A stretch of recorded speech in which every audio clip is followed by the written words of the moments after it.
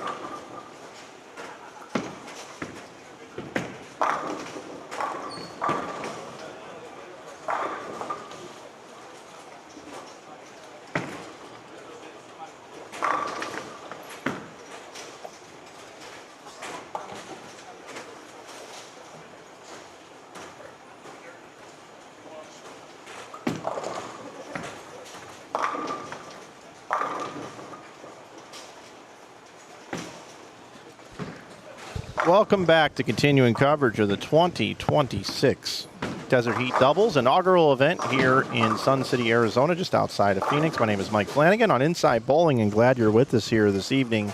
Take a look at the standings. I've got them up on the board here for you. We're cutting to the top 16 after this squad. We have 7 teams on the squad, 1 team per pair. It's going to go very, very quickly here this evening. Right now, the number is plus 174.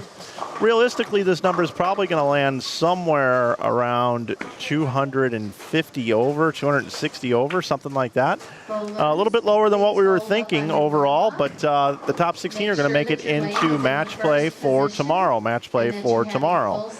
So that match play will take place at 9 a.m. It'll be 3 games, total pinfall, bracket play tomorrow. So, did I say it was tomorrow? It's tomorrow, everybody. And we're glad you're with us today. Let's go ahead and head out to the lanes. You see the oil pattern is the house pattern. They call it China here. And let's slide over here. We'll get going. Lanes 9 and 10, 11 and 12. Let me bring in our picture-in-picture, which went away earlier. And we get rolling. Here's the teams that we have. Down on lanes 3 and 4, which I can cut to if we need to, we've got Brian Carroll and Patrick Roper. On lanes 5 and 6, we've got Josh Mabry and Kyle Gilbert. On 7 and 8, we got Dylan Donahue and Juan Canez. On 9 and 10, we got Jaden Briggs and Brandon Knapp. On lane 11, we got Brandon Matthews and Aaron Yamamoto. On lane 13, we got Mark Myers and Chris Tucker. And on lanes 15 and 16, we got Mike Jones and Cesar Padilla. Excuse me, Cesar Padilla is what we have. So this is going to go really quick. They're going to bowl 6 games, and then we'll have our top 16 for tomorrow's bracket play. This tournament would not be possible without our sponsors. We want to thank our sponsors very much. We want to thank Brunswick for being the go-to source for bowlers. Brunswick has everything bowlers need to take their game to the next level, from high-performance bowling balls and comfortable performance shoes to durable bags and essential accessories. Whether you're a casual league bowler or a serious tournament competitor, Brunswick delivers the innovation, quality, and reliability trusted by bowlers around the world. If you're looking for your next bowling ball, bag, or shoes, make sure you consider Brunswick, proud supporters of the Desert Heat Doubles.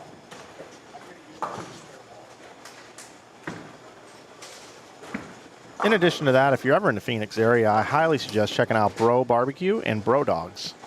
They serve up all beef hot dogs, loaded nachos, slow smoked barbecue, brisket mac and cheese bowls, and fresh squeezed lemonade throughout the valley. From community events and school functions to corporate lunches and private parties, we're committed to delivering great food and friendly service wherever they may go. And then also to Carl and Kathy. They are sponsoring the Southwest Swing. This is event number 2 of the Swing. And there's $1,000 added for the Swing prize pool. The 3rd event will take place in October at the South Point Bowling Plaza, the Agent Ong Open. Carl and Kathy Ong are the founders behind the Agent Ong team, serving buyers, sellers, and investors throughout the Metro Phoenix area. As Arizona natives with deep community roots, they combine local market expertise, strong negotiation skills, and client-first approach to help families achieve their real estate goals. They are the bee's knees when it comes to real estate out here in Phoenix. Also, if you would like to support our stream, you can by heading over to InsideBowling.com.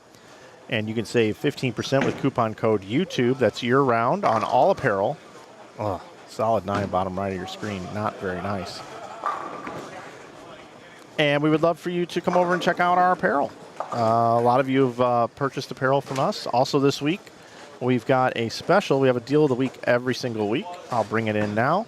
It is the 25% off Motive apparel with coupon code MOTIVE25. MOTIVE25 will do that savings for you, and of course 15% off everything else.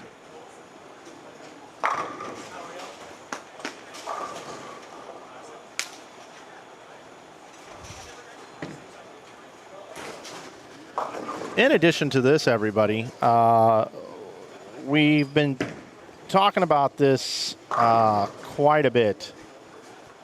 We've been talking about this quite a bit here today. Our friend D-Ron Booker, Masters champion and a guy that supported Inside Bowling for a long time and a lot of other events. This guy bowls like almost every weekend. D-Ron has been diagnosed with leukemia, and he announced to everyone about a week and a half ago that he was dealing with this in the hospital, and it was going to be some time that he was going to be dealing with this. And he's a fighter. There was an update today that said that the chemo is taking very well.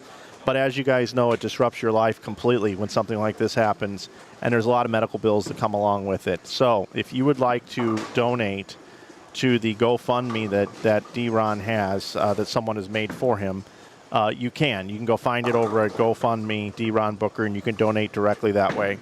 I thought it would be fun here this weekend. I had a Hammer Spawn bowling ball in the office. I thought, hey, if you Venmo me $5, you get an entry in to win this Spawn bowling ball. $5 gets you an additional entry for every $5. And then this morning, we were overwhelmed with support from people wanting to add more bowling balls to this raffle. And we're up to $1,700 in this raffle that we're going to do Monday night in the evening on Inside Bowling's Facebook page. We're giving away not only a Hammer Spawn, but Anthony Simonson was listening, and he wanted to give away a Wicked Gremlin. And then Carl got involved and said, let's do a Brunswick ball of choice. Any ball you want. Carl Ong. And then Wesley Lowe was listening and said, let's get a Vengeance Returns. I've got one of those, and I want to go ahead and give that away. And then Darren Tang said, I'll give an IQ Sapphire. And then Kevin Jenkins got involved and said, I want to give away a Zero Mercy Pearl. And then Greg Thompson got involved and said, I'll give away any ball from Brunswick. So now it's a 7-ball giveaway and we are going to be drawing on Monday night. I'm going to be promoting this the rest of the day today and tomorrow. So if you'd like to Venmo me $5 all the way up to whatever you feel like doing, for every $5 you get an entry, you'll have a chance to win one of these 7 bowling balls donated by great folks. And we're going to donate all that money on his GoFundMe page Monday evening after the drawing. So we're gonna give that money to D-Ron Booker, who needs it a lot more than I think we do. I couldn't imagine dealing with that. And D-Ron earlier today was listening and sent this message to all of us right here. He said, I just wanted to come on and say thank you to everyone for showing their support for me during this time. Thank you for having me in your thoughts. Thank you to Mike and Carl for everything you're doing. And it's the least we could do, D-Ron. So here's to a speedy recovery. Beat this thing like you know you're going to, and we'll see you back out on the lanes very soon. Okay. I've got a guest joining me here in the booth. I need to look and see how he bowled today. I know he bowled okay. I think we did enough, but we're still technically, mathematically, there's something could happen. But Ben bowled games of 205, 269, 257, 247, 196, and 223 for a 1397 total earlier today. We're talking with Ben Perry. Now, your partner is Wyatt yes. Trzykowski? Trzowski, yep. Trzowski. Polish. Okay. Got it. Okay. I think I was doing okay on his name today. Absolutely, yeah. It's getting there. People call him Sean as well, so Wyatt or Sean, however you want to go about it. All right. Okay. I just want to give you a shout out and to everyone else as far as D-Ron's situation. Thank you for doing what you're doing as far as that goes with the Venmo and everything. I didn't know about D-Ron's message, so D-Ron, if you're listening right now, love you, brother. And as far as everything going, I hope everything keeps getting better and prayers being sent your way 100%. Yeah, he's one of the good guys. We all know him. We all love him. And his Masters championship, or when he won, that was my first time actually meeting him. Really? That was my first ever Masters, and I went up with Aaron Yamamoto, who's bowling now, and once we knew he made the cut, we all hung out, congratulated, and everything like that. Didn't know that was going to be his deep run, and once he did it, it was just awesome to watch and see everything and go from there. So it was really, really cool. Really, like you said, one of the good guys for sure. That's awesome, Ben. In the chat here, we got some folks asking if there are re-entries, and re-entries are allowed. And yeah, a little surprised that we didn't have more teams show up. You create events, from scratch, and in the summertime, sometimes it's a little bit difficult. But these guys run great events, world-class center. The center's awesome.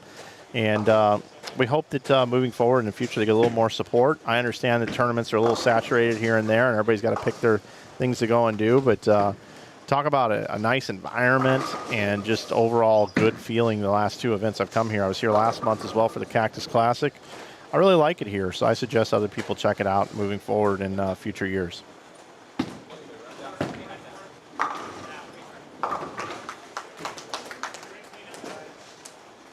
Ryan Culpa's got a few questions for me here in the chat. Says, Mike, have you gotten to check out any card shops out there? I went to 2 of them, one on each break, and I picked up a few cards at one, and then I picked up 1 card at another establishment. I picked up a Aladdin Enchanted from 2023 Disney card.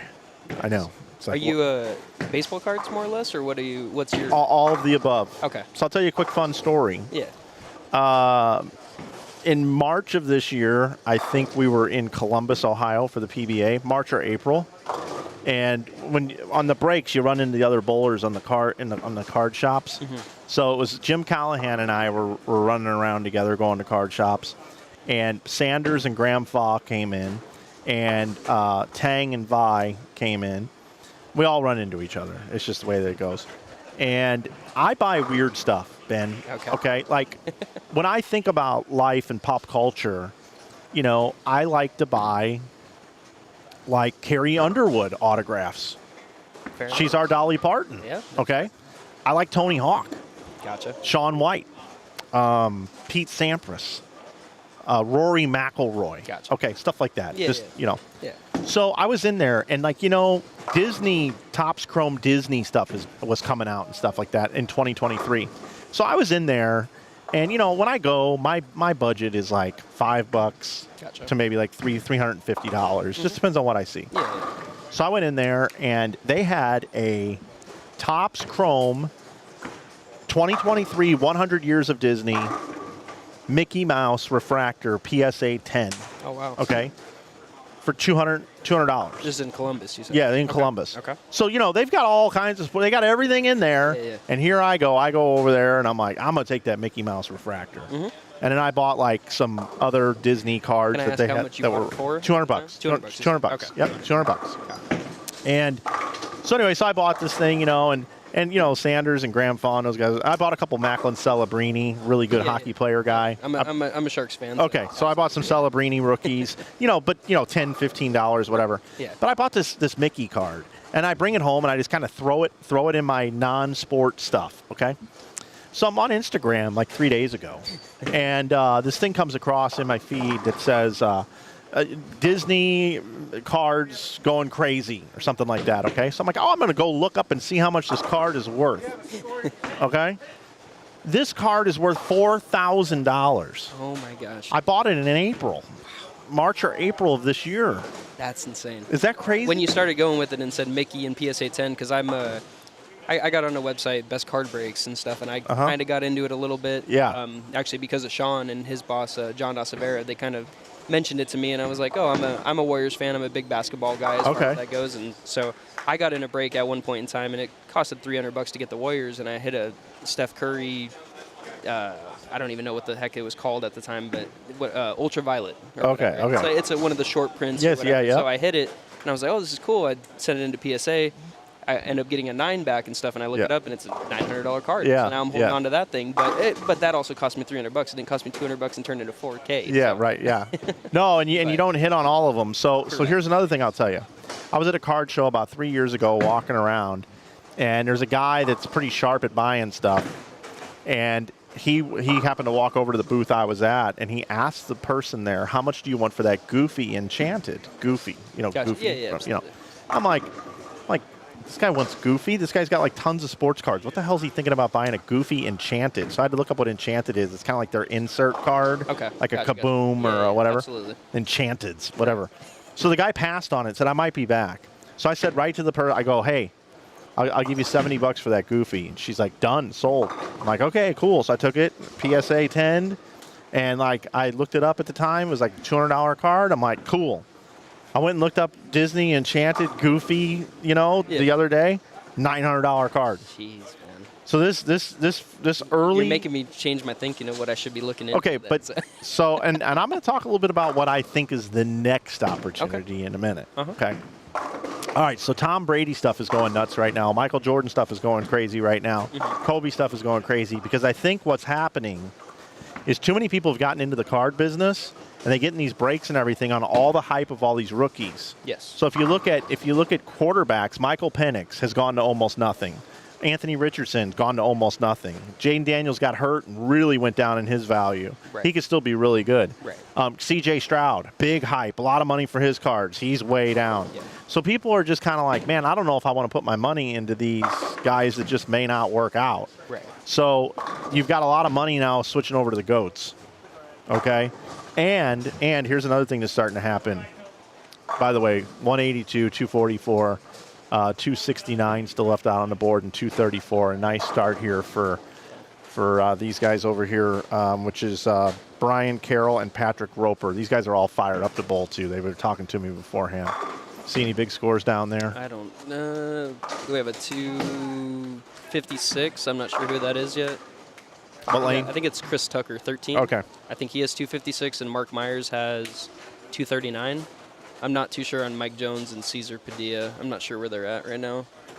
Doesn't look like anything crazy. I mean, still pacing around probably 220-ish, right, give or take. But okay, so back to the card talk. For those of you that don't like it, we'll be through it here in just a little bit. Yeah, it's game one. We'll get to the scores. Exactly. We will, just like always.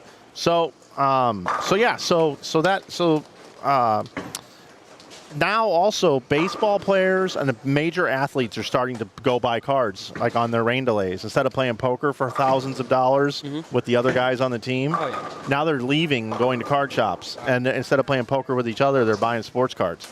And what are they buying? They want to show off King Griffey Jr. PSA 10, 89 upper deck, all this kind of stuff. That card's gone to $4,500. I need to see. I have my dad. Shout out my dad. He has so many old baseball cards, and I haven't gone through his stuff quite yet because I don't know. I gotta find, and you may know, as far as a good app or something to like scan cards to see what the value. eBay has it now. eBay does it. See, I normally go in there for completed items. They have a sold scan items. now. Did they have a scan? Yeah, okay. they do. Maybe I gotta look at that then, because I think it's what is it called? 150 point, 130 point. Yeah, that's a decent one. So that's too. the one I look at as well. 130 point helps you with things that people took a best offer on. Yes. Yeah. So. Okay, so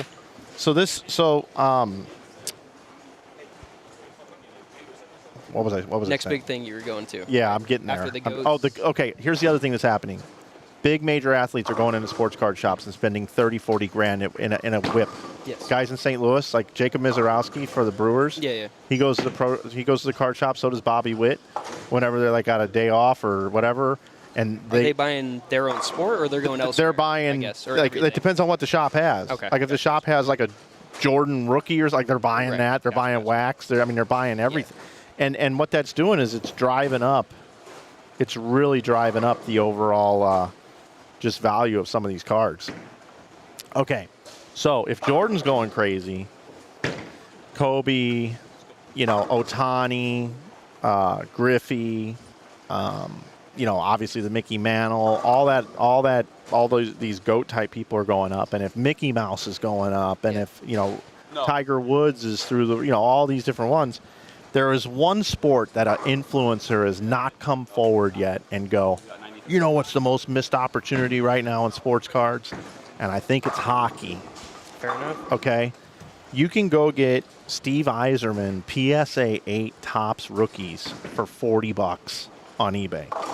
You can go buy the GOAT Gretzky, and that's an old card. Yeah, it's funny you say this because literally about 15 minutes ago, Sean was Wyatt, he was just talking to me about, again, his boss, John Nasavera, getting a card. I don't know if it was Hughes. Is it Jack Hughes? Maybe it was Jack Hughes. I don't know exactly who he was talking about, but he hit a pretty big card recently and stuff. And like you said, you look at the value of it and it's massive, but you're right. I don't know who's going to be that next Wayne Gretzky or whatever it's going to look like. So I think Gretzky rookies right now, and any Gretzky PSA 10, doesn't matter the year, because all the Brady stuff's coming up. I used to want a Tom Brady refractor PSA 10 Bowman Chrome. Mm-hmm. I'm out. I can't get that now. Wow. So you know what I just bought? I just bought a 2012, which is the first year that Prism did football. I bought a Tom Brady PSA 10 Prism 2012. That's like my chase card now because I can't afford these massive cards, but they're going to go up together, right? Like a stock. They're going to go. I have a question for you. As far as, so again, I have the Steph Curry card, right? And he's more established at Steph Curry. He is. But as far as like an up and comer, right? Would you, if you were looking to sell, if the value's decent, would you try and sell it early or wait until they potentially become, let's say, GOAT status? I guess it depends on the player as well. It really does depend. It's very dependent. Like Victor Wembanyama could be ridiculous. But if you look at the history of tall guys, how about that nice little strike there? Tall guys in history cannot stay healthy. That is true. Yeah. So I mean, you're really playing with fire there. But I mean, he could be ridiculously generational and right. Like I look at a guy like Trae Young. Trae Young, he's going to have better numbers when he retires than Kobe Bryant. You think so? Yep. Really? Uh-huh. It's not even a thought. Really? He is. I guess the only reason I question that, you're right because the game is transformed and everything like Correct. that. But the only reason I would question that is because Trae Young's injury. That's one of the players I would say because he's missed a bunch of games. Sure. Kobe did play for 20. We went 20 years, right? Whatever it was. So, but yeah. So I mean, I'm not going to do it right now. But if you go to Basketball Reference and you look at Kobe's first 7-8 years in the league, and you look at Trae Young's, and then then Trae Young is eventually going to get traded to a team that's good, probably. Yeah. He might. Well, right now I guess he's on the Wizards. So yeah, exactly. But you know what I mean. So that's one thing. But I think PSA 10. hockey top 20 all-time point getters. And then on some of these cards that were cut so bad, like the Messier rookie, the card is cut so bad. It's like the Henderson rookie. Like just buying them and buying them and buying them and grabbing PSA, this, that, whatever. And I'll tell you one of the reasons why I think it's coming is I've been watching a Brett Hall BGS 10 Pristine O-Pee-Chee rookie for like 6 years. And this thing's been listed for $5,000 for 6 years. Somebody bought it the other day. Really? Yeah. Okay. Why would it all of a sudden get snatched up? Enlighten me really quick. Brett Hall. Brett Hall, greatest goal scorer in St. Louis Blues history. Okay. Gotcha. And I think is the 5th most goals in NHL history. Okay. Brett Hall. Gotcha. The guy that when I was a kid that, got me hooked into sports. So yeah, just go to Hockey Reference and look up the top players of all time. That's not part of the junk wax era, and you're gonna find a lot of good players like Ray Bourque. That dude's got more points than any defenseman ever. Gotcha. And you can go find Ray Bourque PSA 4s, PSA 5s for under $100, $6. So I think that's coming. I think just finding Gretzky 1991 score PSA 10 French edition for $55. I mean, it costs $25 to get a card graded. Right. That is very true, yeah. Why not just go snag all these? That's true, yeah. And I've been kind of doing that. I don't know which card stores you went to today, I guess, recent or close by. But I did. Which ones, I guess, the names? I don't remember the name. The one right over here, it's got a lot of Pokemon and regular. It's the closest one to here. I guess because the one closest to my house is it's called like Box Store Collectibles, and so maybe I got to go take a look at that then, just for something. Yeah, I don't think I went to that one. Yeah, it's probably too far away for you to get back here and make sure, so that makes sense. But. And then just stay up with the trends, man. Like Stranger Things 5 was about to come out last year. And I went to the National last year. Looking for 3 things. I went with Mike Albee, name drop. Absolutely. Albee called me, too, about going this year. We just love sports cards. So that's awesome. All that's right. One of my hobbies. Unfortunately, it is now, as you said, very expensive as far as that goes. So I went there looking for 3 things last year. Okay. One was J.J. Weatherholt first Chrome autos. Okay. I found one. Okay. Nobody had it at the National. Wow. Couldn't believe it. I found one. That's crazy. Bought it for $140 at PSA 10, and I sold it for $600 at a show. And he's probably going to be Rookie of the Year. Yeah. So 1 for 1 on Weatherholt. But imagine if I would have found a bunch of them. See, but that's the decision, right? Do you sell? Do you keep? Right. It's the hardest part. You're not going to believe me on this, but my buddies can back it up, and so can Albee. I went there specifically looking for extremely high-end Kenneth Walker cards. Really? Kenneth Walker, National Treasures autos, very low pot, high-end on-card auto patch autos, like prisms numbered to 100, whatever. He ended up being the Super Bowl MVP. Yep. Okay. Skyrockets in value, I'm sure. So. Yeah, it's still a running back. So it wasn't crazy like this fair. Mickey, but still, that was the second guy I was looking for.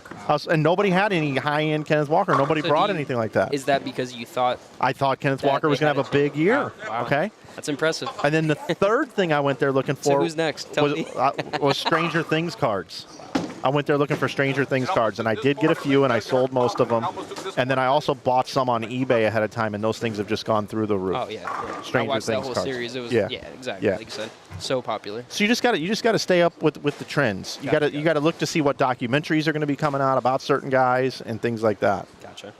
So hockey, I got to look into that then, because like I said, I'm a Sharks fan, but I don't follow it enough, to be honest with you. I'm definitely a basketball guy. I like baseball. As far as I'm a sport I played with soccer, but no one really cares too much about that. I'm sure there's something if I look deeper into it. Obviously, the World Cup just happened and stuff, but. So in basketball right now, if I were you, I would buy as many Luka Doncic rookies as possible. Probably going to win. I was talking to my buddies about this. He has a chance for MVP this year because, again, with obviously LeBron gone. He's just in the right market. His numbers are outstanding. Yeah. And let's move over to this pair where they haven't missed yet. Little something going. Let's move over here. Yeah. So we're talking about sports cards, everybody. Some investments here. Take it or leave it. But yeah, just random stuff. If all of a sudden, let's just say let's say Billy Joe Armstrong from Green Day, I don't know, I'll trip it. So, going to run for president. Let's just pretend. yeah. Okay? He came out with American Idiot, all this kind of stuff. Let's say he just decides on a whim he's going to run for president. There is a first pitch refractor from Topps Chrome. I'm going to find it. I've got one. Okay? Topps Chrome first pitch Billy Joe Armstrong. Okay? Okay, there's one right now that's at 14 cents with 2 days to go. You can buy one for 18 bucks, buy one for 10 bucks. Yeah. Okay, I've got one in a PSA 10 just because I think it's a cool card. I like Green Day. I ended up getting it graded. It got a 10. Somebody sold one for $89.99. Okay. If that dude all of a sudden becomes president of the United States, that card is worth thousands of dollars. That is true. So you just got to stay up on the trends. You just got to pay attention to what people are doing and say, I wonder if they have a card. So when Taylor Swift was really starting to bust out, there was a card in Topps where she's standing there with Kanye. And this card was a $1 card. 50 cents you could buy this card for. Taylor Swift, Kanye West. That's what I see a lot of people, like you said, they try and find the next rookie and then they buy in bulk. But the issue is you put, all your eggs in one basket. And if this person doesn't turn out to be what you think, then you're out a decent amount of money. I think the most recent one that I could think of in basketball is Zion Williamson. Oh, yeah. Whoever bought that, it's like you're thinking this is the guy, and then and nothing's happening with it now. That's exactly bad, it. So. Oh, Mark, no, you got it. Okay. Talking it over with Ben Perry. We're talking about some sports cards. We're watching these 7 teams compete out here on the lanes to try to make their way inside the top 16 here at the Desert Heat Doubles. But yeah, man, I love that kind of stuff. I love being able to talk about sports cards and investments and things like that. If we want to talk about other investments, these Bitcoin guys say that, this thing in around October or so is going to kind of bottom out between 50 and 60,000. Really? Okay. And then after that, everything that's happened in the past, this thing's going to go on a run over the course of like 12 to 18 months where this thing's going to surpass what its highest was by 50% probably. So, they say Bitcoin is probably going to go to 180,000 a coin.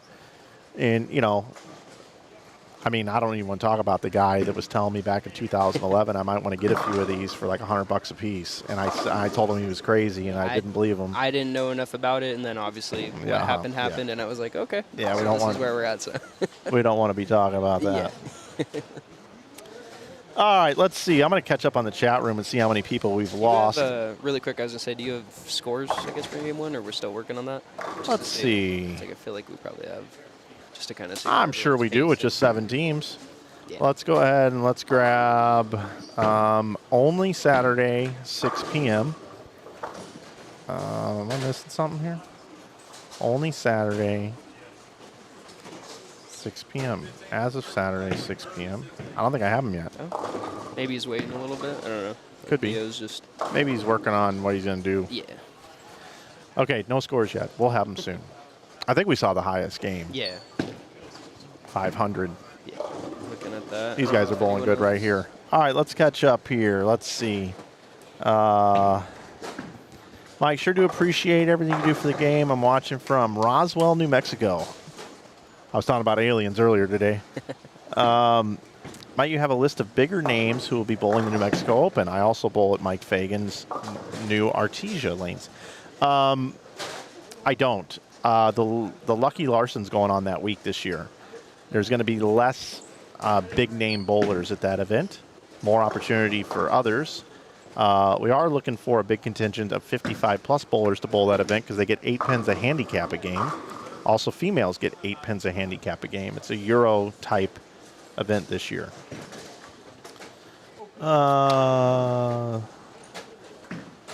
It's like Dylan Donahue can get to 234, and then you have Juan Canes who can get to 253. It's not bad, plus 80-ish. Chuck Ritchie says, see me Tuesday. I'll be going to the PBA 50 event. Be good to see you, Chuck. I have 2 86 Fleer Jordans. Ryan says, a 7 and 8 if interested. Let's see. Alex Ovechkin is worth, yes, Alex Ovechkin is a good investment. All-time goal scorer. Number 1. You think Sidney Crosby? I'm just Yeah. throwing out names. I Yeah, was going to sure. say that Absolutely. I'm kind of thinking of, but Wonder what a PSA 10 Mike Flanagan Jr. Archway rookie card would sell for. A lot, Kevin, a lot. What's everyone's guess on who wins tomorrow? I'll throw a guess out there for tomorrow. I'll tell you what, that Brandon Cryer is going to be tough to beat individually. So this is just a matter of whether or not I put Cryer and Robars at a tie, and then it's whether or not who bowls better, Kennedy or Peters. That's one thought. Kane and Emerson are both left-handed, plus 494. You know, I'm going to say it right now. I don't know if he's still in the building or not. I don't know if on a house shot, Brett Wolf can strike enough. I'm basically calling him out right now. With that slow roll, urethane ball roll, I don't know if he can strike as much as some of these other guys. I love me some Brett Wolf. Cortez Schenk is going to have to carry that team when it comes to strike percentage, I think. Jones and Gohagen, that's a tough team. Leong and Teese, I don't know, man. That Richie Teese is a dog. He is a dog. I do think that Chris Clark, man, he's tough too. Jenkins did not bowl as high a scores today as I thought he might. Where are they sitting right now? 9th. Yeah, it's a scary team to bowl for sure. Yeah, and Kyle King, Greg Thompson are scary too. Absolutely. Should they get in? We think they will. They have to go against, where are they at right now? 14. It depends who jumps or does whatever, but it'd be a top 3 team, right? Yeah. Yeah, so you're looking at Kennedy, Cryer, Peters, Robars, or Kane and Emerson at the moment. So we'll see. I'm gonna go with what team do I like tomorrow? Man, I'm gonna say You got to take on Matt Jones and Gohagen. I'm gonna go Cryer, Kennedy as my team. I think is going to win, and then my team further down the list, I'm gonna go with Teese, Leong. Solid picks, absolutely. That's it. Those are my picks. But any of these teams can win, including your team, Ben. Yeah, I like our chances that we should be okay, but still can't have these guys go too crazy. They can score, but as long as we don't have, I think it's what, 2 teams jump? Or no, sorry, six teams out of the 7. If 6 teams jump us out of the 7, then technically we're out, and I'll tip my cap to these guys. But I said we'll take our chances with it. So I'm gonna bounce out of here, move over to some other pairs. See how bowling is going over here. looks like 230, 230 there. 230, 230. Can't see the other ones. Looks like 201, 180 for maybe Brandon Knapp, and I don't know his partner's name. Brandon Knapp's partner is Jaden Briggs. Briggs, yeah.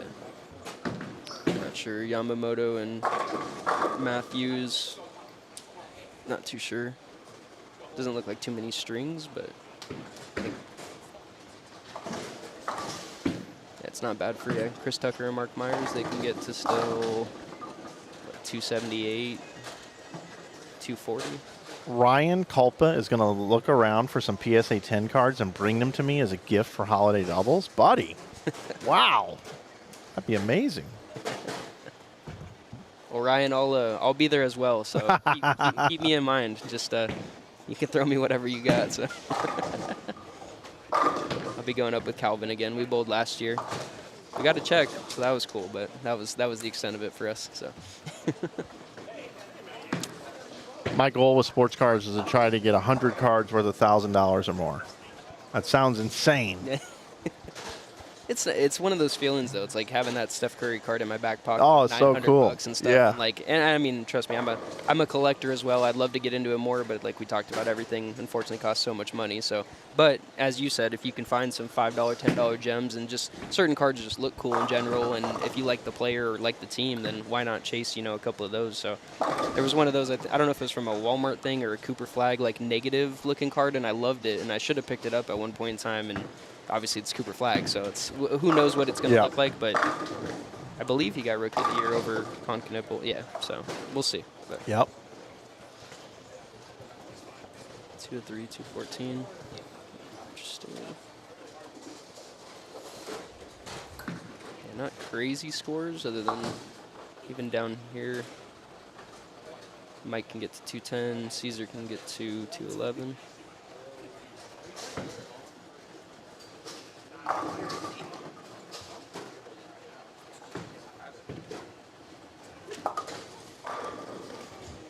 Looks like this group's going to be the last ones to get done here in game number 2.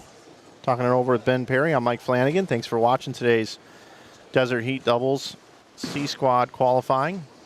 A little light on the teams here, only 7 teams competing. We got 1 team per pair of lanes. This will go very quickly.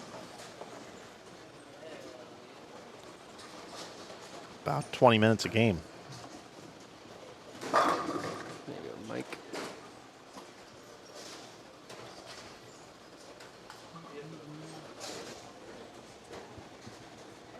Yeah, you just if you really sit around and you do a deep think into what's going on and where the next trend could be, I mean, you can really hone in. Like, Do you think UFC at all? I'm not really the biggest UFC probably. guy, but you think something I'm not into it though, Yeah. so I'm just not versed in it. Yeah. I'm trying to think of other sports now that you got on, hockey. Like, not saying obviously hockey's very popular, but as far as if you go look off of a basketball, baseball, it's not maybe as. I say that, and I'm sure all the Canadians are looking at me like, what are we talking about? But yeah, hockey just isn't as popular, but I think it could be. I think somebody's going to light a fire under hockey at some point.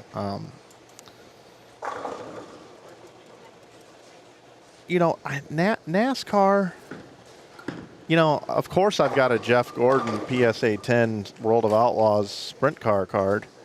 I mean, I thought of that 7 or 8 years ago. I was buying entire sets for $20 of the entire sprint car field, and I was sending these things in to get graded. It's about an $800 card, It's crazy. Yeah.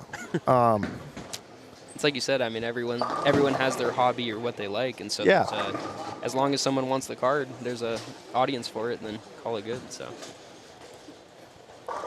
a lot of people have found the stuff though, like.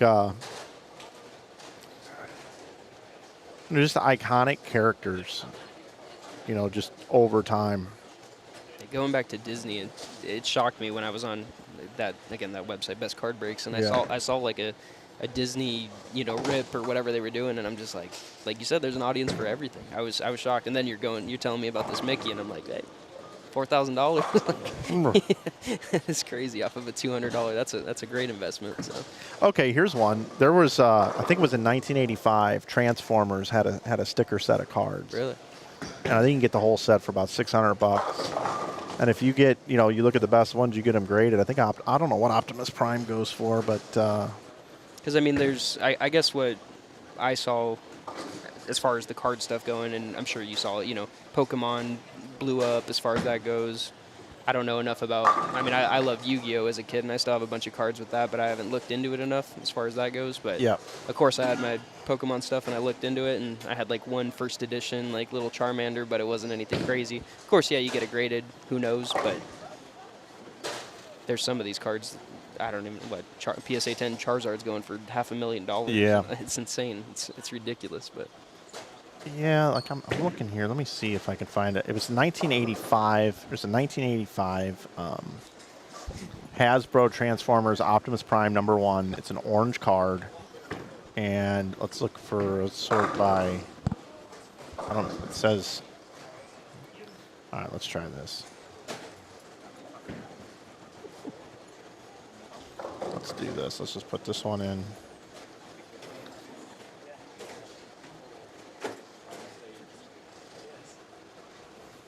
Like, doesn't even want to come up.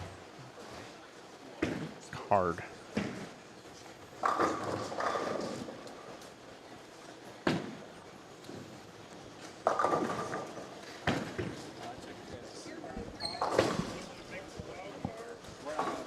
I don't know. I just think there's like a huge opportunity in 1985 cards.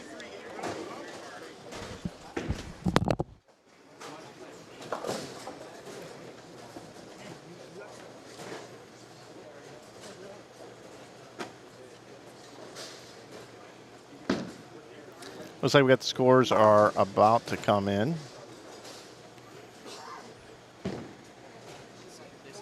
Oh, sorry. Got you back. Thank you. Yeah, they said I guess game 1 scores are in there, so we'll take a look just to see.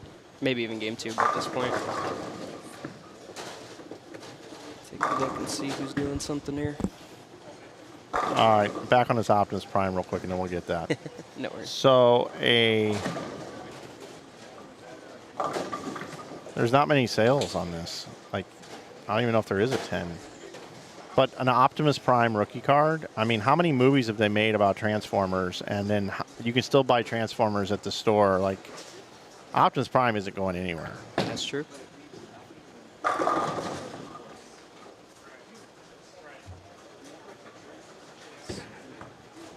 You can buy a whole set of these things.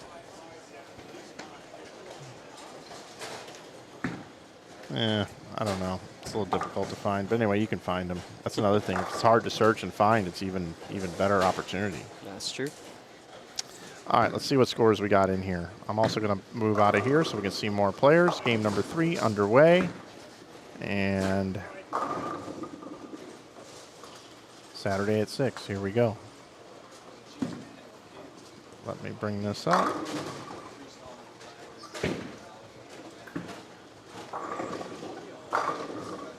This one here, bottom. Put that there. Looks like Mike Jones has front 3. Right.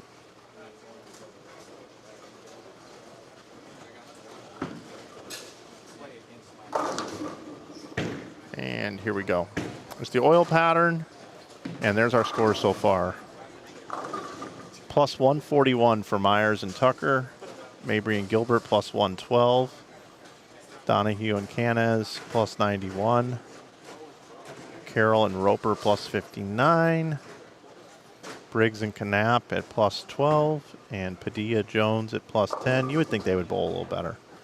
Matthews and Yamamoto minus 69. And the number right now is 174, I think, give or take. So yeah, we'll see. I mean, Myers and Tucker are looking solid. Obviously, Mabry and Gilbert. Dylan and them are close.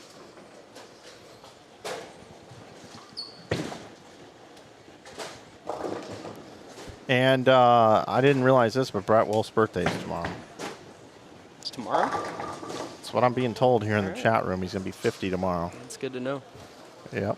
We've had 3 300s in the event. It was Lance Emerson, game 3 of A squad. Spencer Robar's game 1 of B squad. And Brandon Cryer, game 5 of B squad.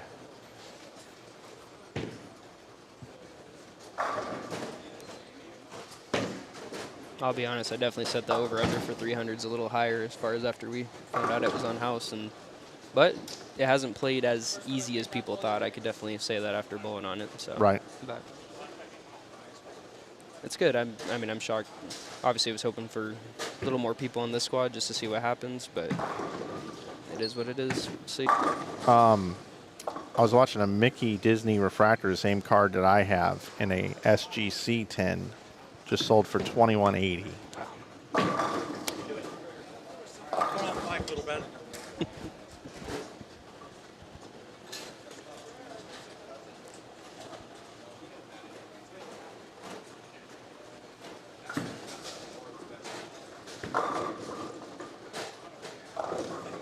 Someone down there has front 4. It's Dylan. Yeah, Dylan has front 4.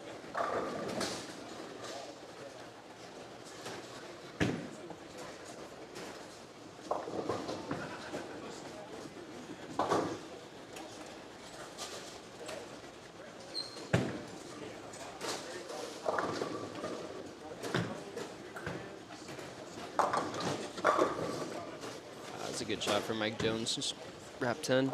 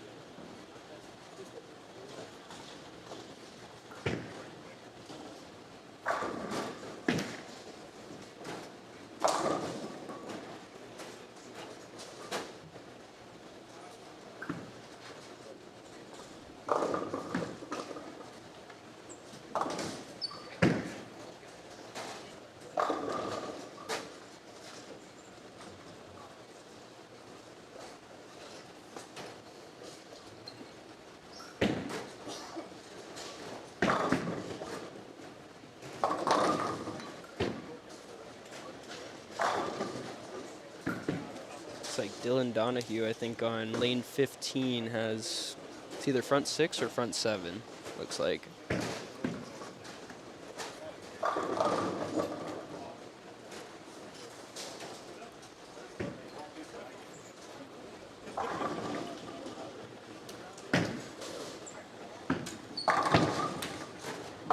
That's a good shot.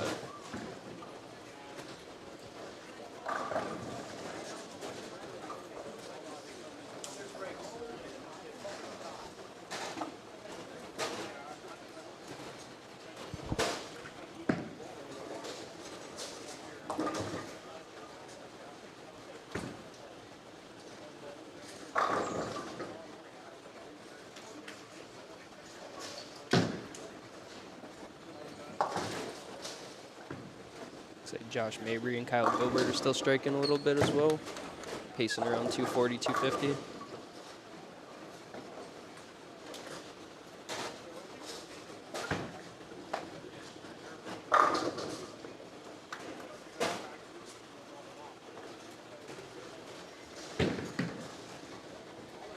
Did you have a idea of what you thought the cut score was going to be going into this, and then now looking at it? I think I heard you guys talking earlier. Yeah, I mean, look, I didn't know. I haven't had access to the back end of the tournament software, so I didn't know what we had coming in or going. I didn't think we'd have this few of entries for 10 grand. Yeah, I think most people would agree with that. I'm really shocked at the entry support here, to be honest. I don't know why, but you know, typically when I'm brought into an event, you know, it's pretty high participation, and you know, I've been promoting it in my e-blasts like crazy. Yeah. You know, I'm located in the Midwest, but still, I mean, I thought we would have more entries. It is right in the middle of the summer, and it is 120 degrees outside. Right. So I mean, there are a lot of things that you can make a list of why we don't have that, and it is an inaugural event. It is difficult to get a new tournament started, no doubt. These guys here are world class and do a great job. But sometimes you just can't overcome the circumstances. So I thought that we would have, you know, at least 70 entries. Right. So when I saw the way the lanes were playing and I thought about 70 entries, that's where I set the number 400 safe. You know, 350 to 400 is probably in. Well, now that we've seen that, you know, we've got this less amount of entries at 15, 22, and then 7 re-entries. You know, that changes things. So this score is really back down. Yeah. So, you know, I really kind of hate it for both Carl and Theo because they do run great events. Oh, yeah. The time they put in, it's like you said. I mean, they've been promoting the hell out of it online. 100%. Yeah. You got this whole Southwest swing. There's a points race on the line at the Exactly. final tournament with Agent Ong. I'm very, very shocked. It's unfortunate, but as you said, there's a variety of reasons I'm sure that people can come up with, but I don't know. Like I said, it is what it is type thing, unfortunately. But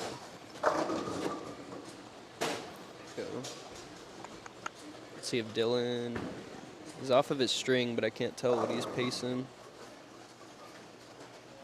Looks like maybe 258, I think.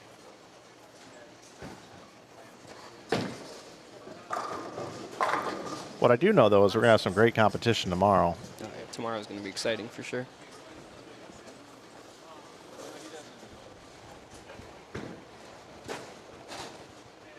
Total pins, 3-game matches.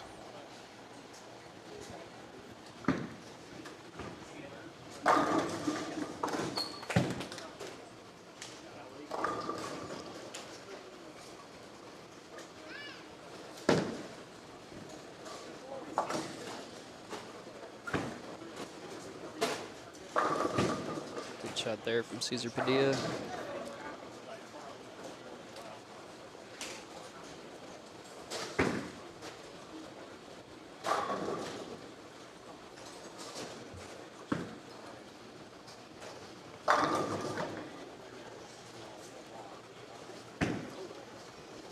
Bowl with obviously a bunch of these guys here in Arizona, and it's like a Caesar. You know, I'm going to turn 29 this year, and I don't know exactly where he's at, but I think like a guy like that's going to turn 23, 24. It's just crazy to me. So, just the talent that they already have. Him and Mike Jones as well. He just doesn't know it yet. He's once that guy ever just gets his confidence and his head in the right space, to realize how good he actually is. Oh yeah. And I'm sure you traveling and seeing all these different people throughout, there's got to be some. That was one of those things, and that's my little shout out to B3 Performance with Randy, Mike, Brett as my coach and stuff.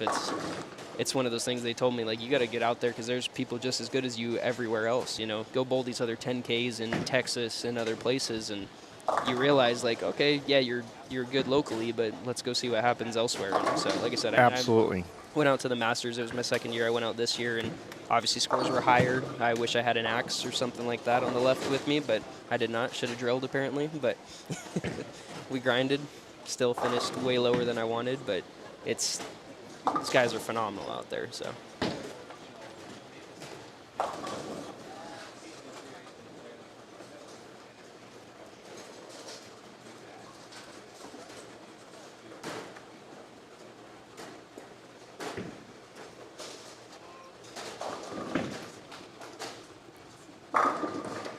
Looks like Josh Mabry can get to 244 if he punches out.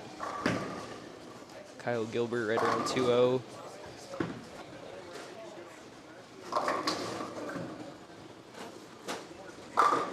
Don't know how Dylan finished up. I know he shot it's got to be over right around 230, maybe more. I'm not too sure, but Juan Canes can get to 215 if I'm seeing that right. Yeah, you got the right side there. Your eyes down there are a lot better than mine. What's the ball raffle up to? Let's see.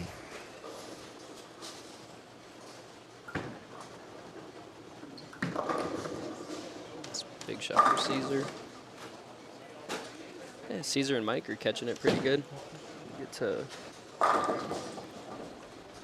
255 and 237. Ball raffle. Well, sorry, balls raffle. We're up a little bit over $1,800 right now. Closer and closer to Carl donating that other one. Right, $2,000. Yep. That's what it is. Basically, right now I have $17.50 in Venmo, and then there's like another $30 in Cash App, and then some people have given me some money here. So I mean, we're getting there. We're getting there. Tomorrow, I hope we get another grand. You're taking cash?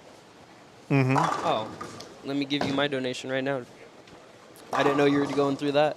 Yeah, well, I got this list here for people that didn't want to do electronic payment. That makes it a lot easier for me, to be honest. And then I add on the I'll put you on the wheel for the ball and stuff too. Perfect. Yeah. You can take that. Okay. 30. What's the best way to get in touch with you? I can. Well, I don't know, phone number. Or All right, folks. I'm going to turn our mics down.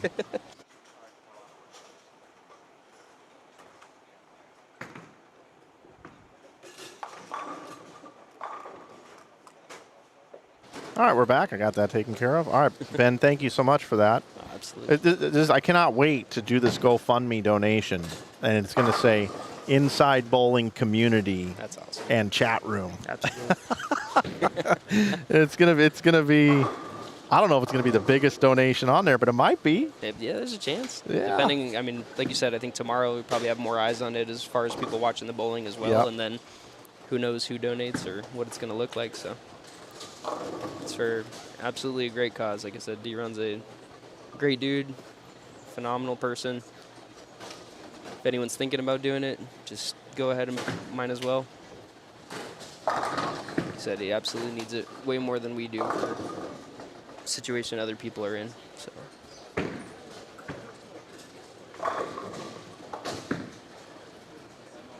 I think if you're good, I'm probably going to skate out of here. Yeah, brother. Okay with it, so.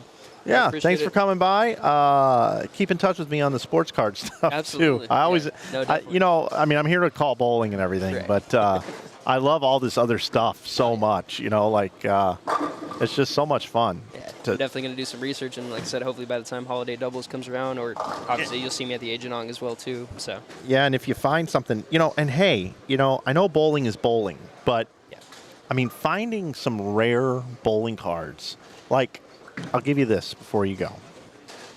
I graded some of the old Kingpins cards. Like, I have like a Del Ballard PSA 10. I have a Earl Anthony PSA 10. I have a Mark Roth, Marshall Holman PSA 10s. Like, I sent off 2 Pete Webers on my last PSA order. They're probably not going to 10 either one of them because that's how they grade now. But, I mean, and one other thing. I think I have the greatest bowling card ever made. I'm actually going to show you and the audience. sounds good.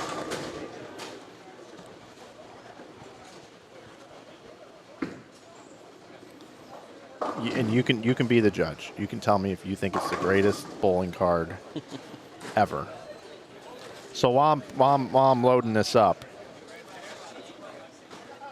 who do you think is our GOAT in bowling? That's so tough. It's you go to generations. It's like how basketball, right? Like you talk to someone, it's Jordan. You talk to someone, maybe not myself, because I would still say Jordan's the GOAT, but someone more current or younger, they would say LeBron, or whatever it is, maybe Steph, whoever wants to say whatever. So, I mean, for me, to be fair, I'm a two-hander. Belmo with everything he's done and stuff, but it's so hard. I personally, and I'm probably a little biased because my dad kind of had me watching him, and I think he's phenomenal, would be Walter Ray Williams Jr., personally. Okay. That's probably my take on it. But there, obviously, I mean, you can go down the list, right? I think Walter has the most titles. Yeah. Belmo's got the most majors. Right. And I think Pete Weber has had the most talent. Yeah. He's a Hall of Famer pre-reactive and post-reactive. Mm-hmm. So those are my 3 guys. That makes sense. Okay, typically. But then you got Earl, Right. who no other lefties made cuts, and he was running over everybody. And no other lefty made the cut. So, I mean, it's really difficult. That's the whole conversation going back to basketball really quick. Like, Bill Russell with his 9 championships or whatever it is, you look at it like that, it's him by far. But you look at a Jordan and what he did, it's so hard to generation to generation, and everyone's going to give a different answer, basically. Okay, so there's no one-of-one Walter Ray Williams rookie card. There's no one-of-one Pete Weber. There's really not one-of-ones really so much until modern. Okay. So I picked this card up. And you guys, you and the audience can tell me if you think this is the greatest bowling card of all time, and it's okay to disagree. This is the 2024 Leaf Metal PBA Jason Belmonte 15 major championships, gold vinyl, one-of-one auto. I own that card. That's awesome. I mean, as far as, like you said, I don't know. There's nothing else prior to this, really, so I'd probably give you that. I wish it was a 10 rather than a 9. That would be the little. But like you said, because of the day, it's a one-of-one, and it's a one-of-one. They're going to grade it what they're going to grade it. That's all that it is. I wish it was a 10 also, but they just would not grade it a 10. I mean, that's an awesome card. I think, Is there any, I guess my debate to that would be, is there any, because I've seen some cards that have, triple autos of, is there anything like that maybe that, like a Walter P. I don't know if they have anything. I haven't really looked into, as far as bowling cards, enough, to be honest with you, but I've seen some things for other sports that they have these triple autos or dual autos. There are triple autos. But that's, again, a one-of-one, and to have that, it's a cool-looking card, too. It's a really cool-looking card. Yeah, it's our Tiger Woods, right? It's like a Tiger Woods one-of-one major championship gold vinyl. I don't know. It's just... I saw it. The Simo's available to buy, but I don't want that one because I think he might win more majors than Belmo one day, and I want the one that says Anthony Simonson with 20 or whatever, right? Yeah. But, yeah, it's out there right now on eBay, I believe. What does that say? 19? What is it? Or, sorry, 2024 Leaf Metal? Leaf Metal, PBA, just Belmonte. Leaf Metal, PBA, one-of-one. Yeah, that's a really cool-looking card. I'm pretty sure the Simo one is still out there. I think it says 5 major championships on Simos. I mean, I do want it. I don't want to say that I don't want the card, but... Right. I guess I should type in Simonson. I want to see if it's still there. It was. Maybe somebody grabbed it. Maybe somebody snagged it. Maybe it doesn't say 1 of 1. Leaf Metal PBA Simonson. Oh, here it is. Somebody won $699 for it. Somebody won $699 for it. And that's out of 5, it looks like? It's out of 1. It's the gold vinyl. Okay. Oh, wait a minute. That It does looks say like 5 of 5. What the hell is that about? It's gold. Maybe the Belmo is just 1. That's even better. But then I would agree. so if somebody wants $700 for the Simonson, what is that card worth? Exactly. Yeah, I mean, I would go north of. I mean, what is that? I mean, it's bowling, so it's not. Right. I don't know what it's worth. It's true. I mean, that's when, again, you'll hold on to, I'm sure, for a while. But I don't think I'll ever get rid of it. yeah, I was going to say, like, I don't know. I mean, I might put it on Inside Bowling for sale for $10,000. Yeah, And if somebody just has to have it. it's true. I mean, a 101 and it's your card, you can kind of name your price, I feel like, right at that point. Yeah. And if someone says, hey, maybe they try and talk you down a little, and if you're Yeah. comfortable with it, then so be it, you know? That's usually how that all goes. I just think that card. It's so sick. Yeah. I just think it's really cool. And I bought it. What do you think I paid for that card?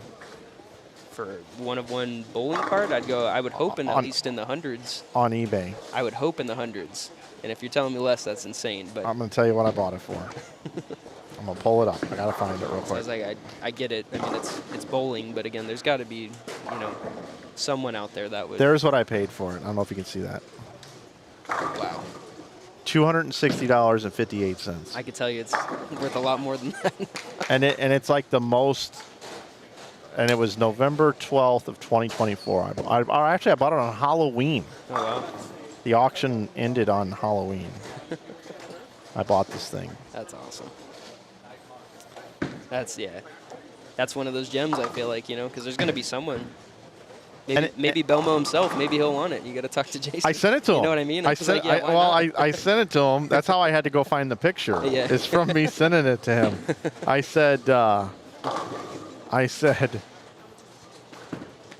said, greatest card ever. He goes, until I win 16 and 17 next season.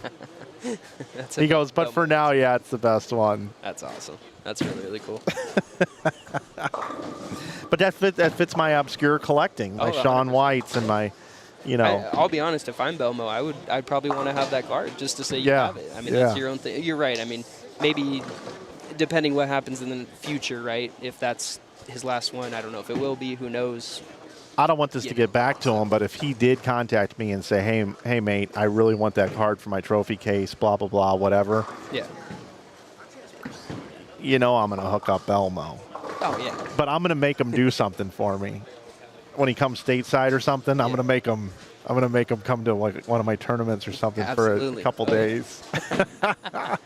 Or say, all right, for the next 3 years, we're going to run the Jason Belmonte Open on Inside Bowling, and you got to come here for 3 days. Yeah, might as well. He'd probably say, 20 grand, mate? Yeah. Will that do? My days are worth 20 grand a piece. That's hilarious.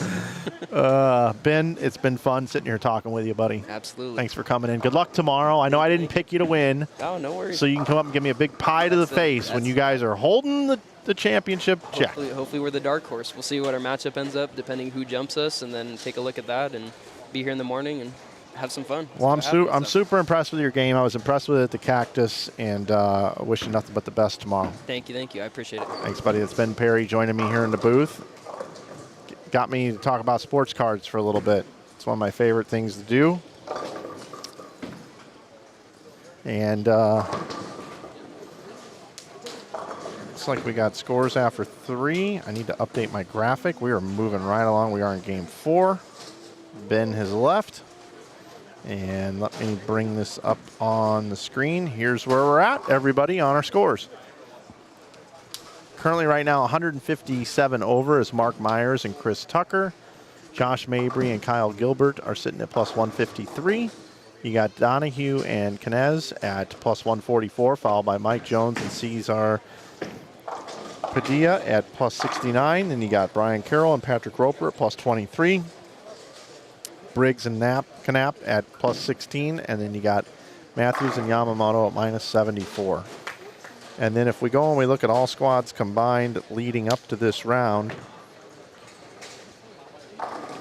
and this is going to, I have it cropped better for this other one, but let me just tell you this. Right now, the number sits right there at plus 174.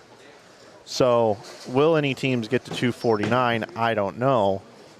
How many teams will get past 174? That's what we need to find out. Only this squad. You know, it looks like 3 teams are going to surpass the 174 number. And then if we do that, we look at that, and then we go back to up to this squad, and we scroll down, you know, to get up, to knock out Kyle King and Greg Thompson, you're going to have to get to 249. You're going to have to get to 249 to bump them out. So can 3 teams get to that number? And then can 4 teams somehow get there and knock out Majeski and Majeski? We will wait and see. That's where we sit right now.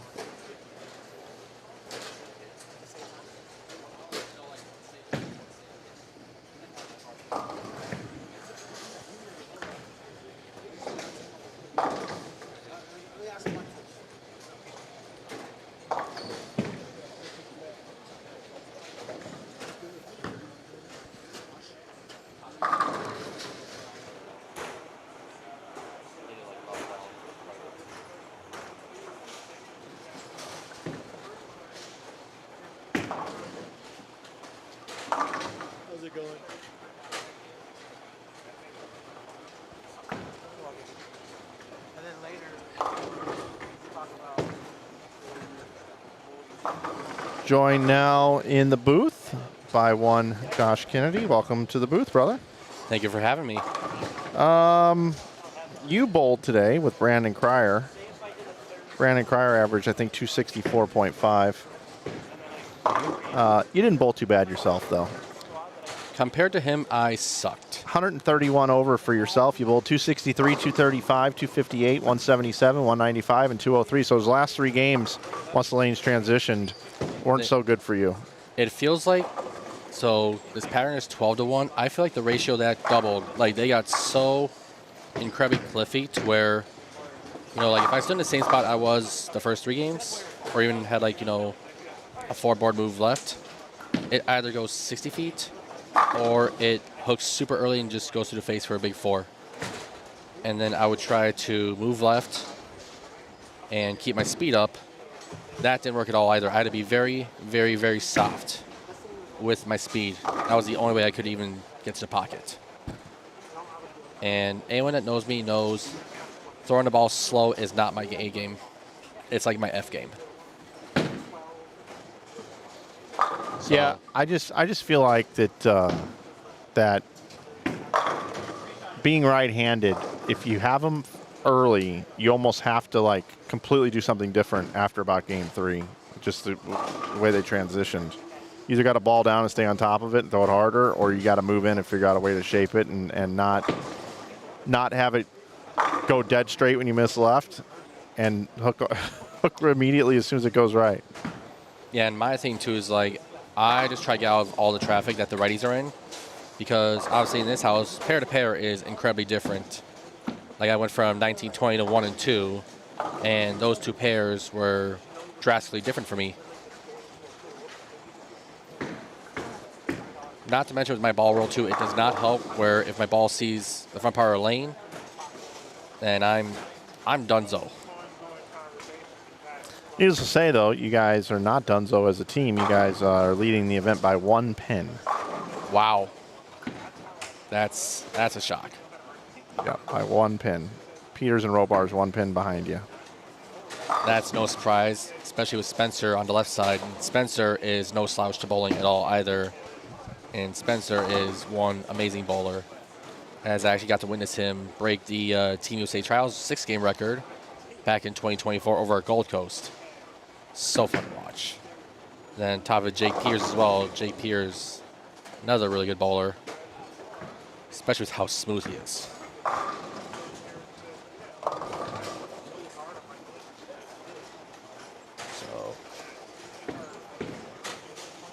What do we got here? Yeah, we're watching lanes 9 and 10, 11 and 12. You got Yamamoto bowling with Brandon Matthews. Left side of your screen, just to the right, you got Mark Myers, Chris Tucker. Bottom right, we got Juan Canez bowling with Dylan Donahue, Okay. Jaden Briggs, and Brandon Knapp. I've only formally met with 2 of these guys, and that's Yamamoto and Brandon Matthews. And Brandon Matthews I met at the Young last year. And I would imagine that he would be whacking this pattern as well, as he's up right now on lane number 10. Yeah, he really struggled earlier today. Just could not see it right.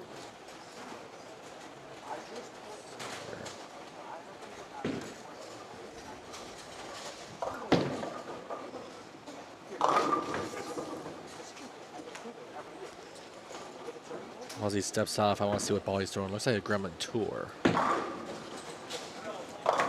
That ball is sneaky good.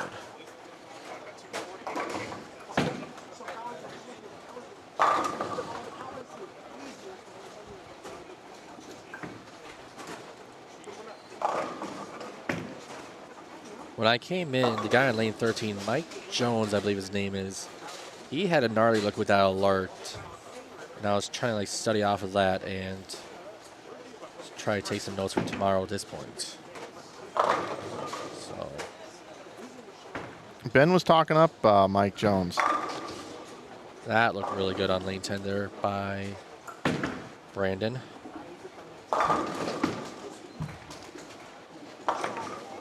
Kind of wish I threw my Gremlin Tour today, not gonna lie. You did fine for 3 games. Then you just got to figure it out after that when they transition. Yeah, the over-under was wild. Like, I was impressed with your ability to really get it through the fronts good, though. Like when you were bowling good, I was watching you, and I just feel like your acceleration at release to kind of almost extend to get the ball down the lane it was really good. I think that's a thing in bowling nowadays that a lot of people don't really pay much attention to or don't focus on. How about that strike? Which that was is a 6th strike. Which is when, you know, there's this such thing as following through, and then there's this such thing as like trying to float it through the front, trying to extend farther down the lane. You know, some people just call it ball speed, but when you actually genuinely try to extend down the lane, it's almost like that ball doesn't start spinning as early because you're just really trying to just really extend down the lane, keep your elbow straight, and it gives you just much better front of the lane reaction. Well, and there's 2 ways you can project a ball, which you can project it smoothly onto the lane towards actually going out in front of you. Yep. Or it's like you're jamming it straight down to the lane, and Yep. when you jam it straight down to the lane, I feel like all it does is either starts up super early Yep.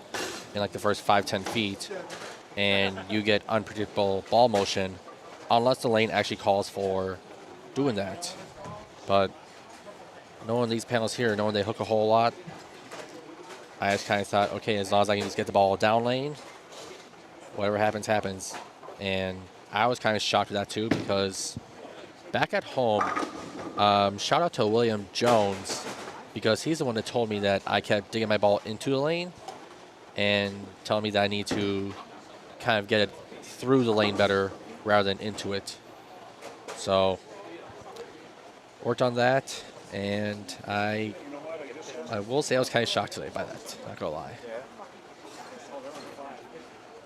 So thank you, William, for all the help.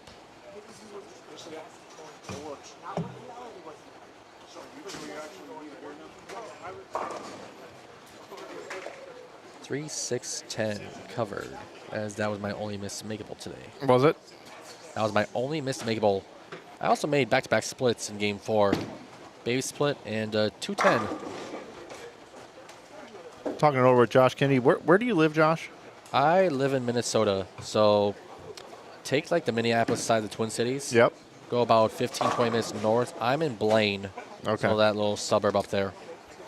So when obviously it gets cold up there, I know people say that all the time. What's it like coming here in 120 degree weather? Was it a shock to you? Not really.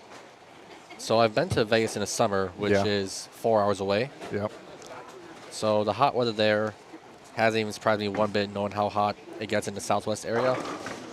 But the one thing that I will always say is I will take 120 degrees in dry heat versus the humidity at 95 degrees. Yeah, for sure. For me, it's just more comforting that way, if you may. Not to mention, anything in Arizona is just beautiful. Like, you got the sunsets that are beautiful, palm trees. You know, really just anything out here is amazing. The cacti, I got to add on to that too, is always good scenery touch. The old cacti. Yes. We got plenty of them on the masking units right now. Yeah, I was to say, bowling balls with Yeah. cacti in it, or Almost looks like there's a bowling ball hiding behind it, but it wraps around whatever that orb is. So there's one thing I'm seeing on the masking units, and I apologize to all my friends that hate the whole 6-7 trend, but if you look between lanes 6 and 7, there's actually like a nice little like mountain view Yep. with like a little sunset, sunrise, whatever you want to call it, from like the desert. Yep. That is like one of the best views I've ever seen.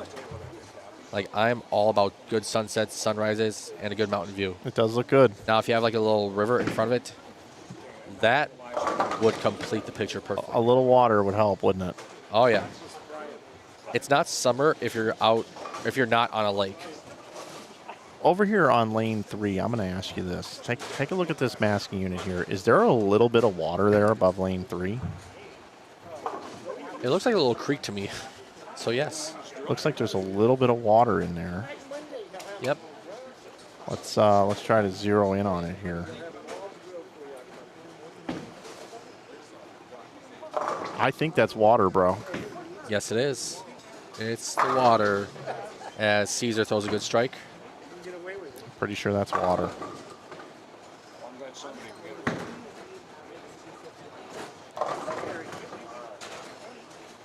Caesar, if you're watching afterwards, you just got a sick close-up of your flush strike. All respect to Caesar, though, even though he knocked me out of the Cactus Classic last month. Yeah, he did. Throws it so good, though. He does. Great guy on top of it as well. Are we able to come watch tomorrow? Yeah, absolutely. Come on in. Gus isn't feeling the love. Gus, what do you got? What do you got, Gus? I saw you in here. Sorry. Let's see. Sorry, kind of trying to look over right now. Who's Mike Jones? Mike Jones is the guy that's about to be up on lane 3. Who's Mike Jones? Who's Mike Jones? Who's Mike Jones? We're going into game 5 now, aren't we? This is going incredibly fast, Sure is. but also 2 on a pair. I'm gonna hit up Carrabba's tonight. Yeah. I like some Carrabba's. Ladies and gentlemen, for those that don't know who Mike Jones is, the Mike Jones just struck on lane 3. So Mike Jones is a very good bowler that is sporting the Virtue bowling supply. So there's your answer. They're under Virtue t-shirts. Yes.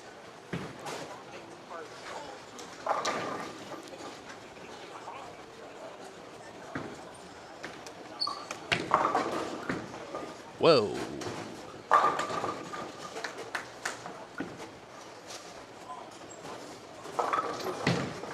Lane 5, talk about a very colorful spare ball.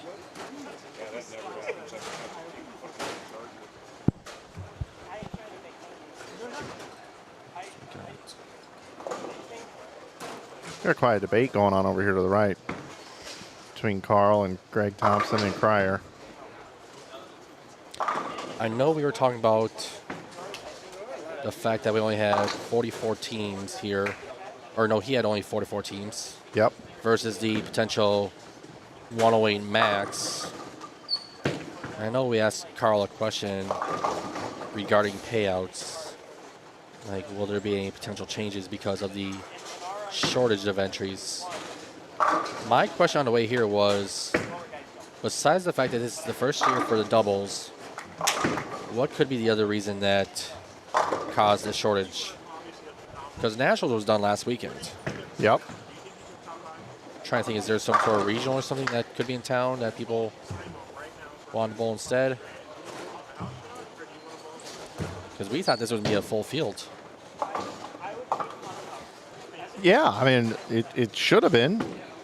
I really don't know what's causing it. I don't have a good finger on the West Coast market. I know the Midwest market pretty well, but East Coast and West Coast, I don't know as well. But I would think that there's a lot of people looking to bowl stuff. I was going to say, this is really the similar thing as to what Kevin Williams does up in Springfield. Mm-hmm. I will say that. I mean, it's guaranteed money on the line. It's guaranteed 10 grand. Whereas I feel like at some other tournaments, you have the word projected. Mm-hmm. So here's our scores, brother. So we got Mabry and Cal Gilbert at 222 over. That's a pretty solid score for 4. Dylan Donahue, Juan Canez. I mean, I say as long as you're chucking like 450, 460 a game, a team game, you're gonna be fine. You do the math. 60 over times 6 is 360 over. And I did hear some people say that they're thinking about 310 will be the cut. 310 to 315 area.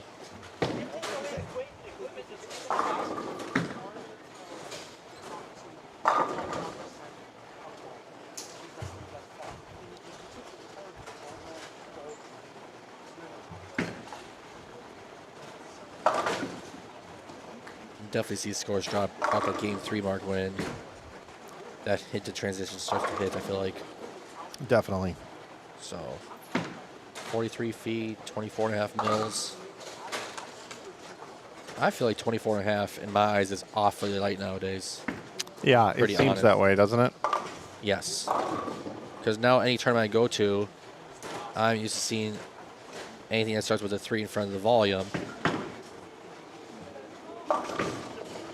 Like next month, for instance, at the 11 Frame Open, so Riggles was talking about that tournament, or they revealed the lane pattern, and we're bowling on 39 mils, which I think is insane. I haven't seen a number that high in ever, I think, for volume.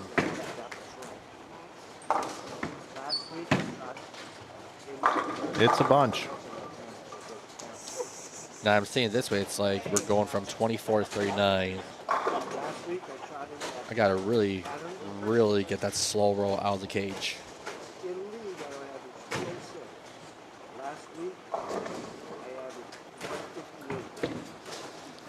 Game number 5, 2 to play. Mike here with you, talking it over with Josh Kennedy. He currently is one half of the leading team. I'd say 1/4. One quarter. Most of the work. Yep, Brandon averaged 264.5 today. One of the things I told him is one of these days I will try to be better and contribute a little more, hopefully.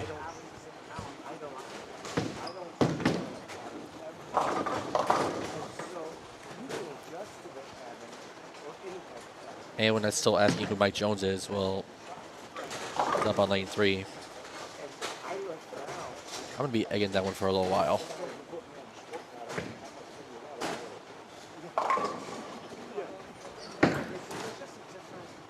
So Mabry and Gilbert, where are they? Lane 7 and 8 right now. Mabry just left the 2-pin on lane 7. All right, so there's Mabry and Gilbert. Right now they sit at plus 222. I don't know if that was a miss left on Mabry's behalf, but if that was a miss left, that would be the most textbook miss left I would see on this pattern, because you would think a 2-pin would be a good miss left as he covers his bear perfectly. He has a Dutch going alive perfectly. I will say he rolls the ball very, very well. I like his ball roll. Oh, messenger on lane 9 is not quick enough. I thought that was going to fall. See, what I'm seeing on lanes 3 and 4 was exactly the problem I ran into, where it's like you can get to the spot and it does God knows what. I understand the frustration. I feel that. Dylan Donahue and Juan Canez are sitting there at plus 165, and they are over on lanes 9 and 10. Bottom right of your screen. Donahue's up on 10. Right? Yeah, he's off to a slow start, 37 and a third. Well, with a spare up and now a strike.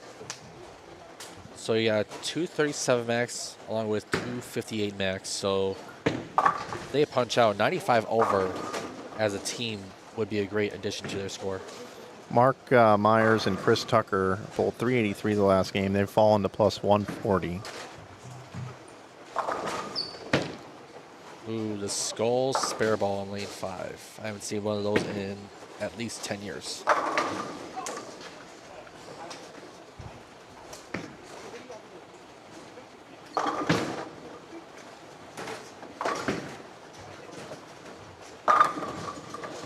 How about that messenger on a 7-9 on lane 3 by Caesar? That's a phase 2 pearl. I can say that the phase 2 pearl just throws pins everywhere. That ball is so good. Don't know why, but kind of douchey.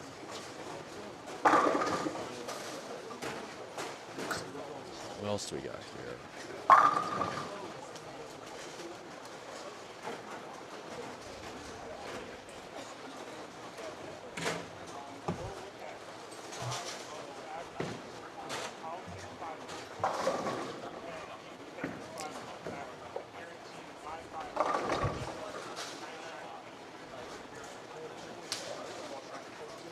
How's your tripping out here, Mike? Any baseball watching lately? Baseball watching? Yes, watching any baseball lately. Asking for a friend of mine back at home. Like watching baseball just in general? Yes. I mean, a little bit when I can. Yeah. How do you feel about the Twins? The Twins? I don't know. I feel like Taj Bradley had some terrible starts there for a little while, but he seems to have gotten things a little bit back under control. There for a while, it seemed like they were hitting bombs like crazy. Yeah. So my buddy went to a game the other day, and he left in the 7th when it was like 16-0. I believe this was last month. I'm hoping the Twins can pull through at some point and lead us a long way. Otherwise, always next year.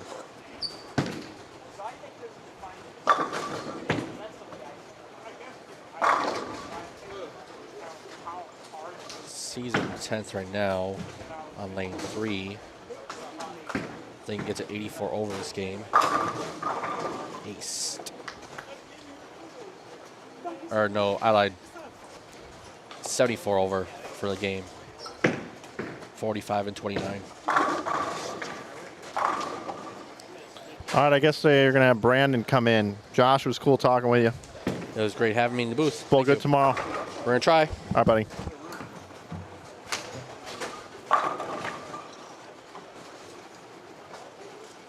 This is like coming full circle now. We got Brandon Cryer here in the booth. Yep. What's up, buddy? How's it going? Good.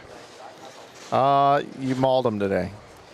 Yeah, well, when I first threw my first couple shots, I didn't think that was going to be the case because I normally go right up the ditch, and I think I hit the 4-pin dead in the face.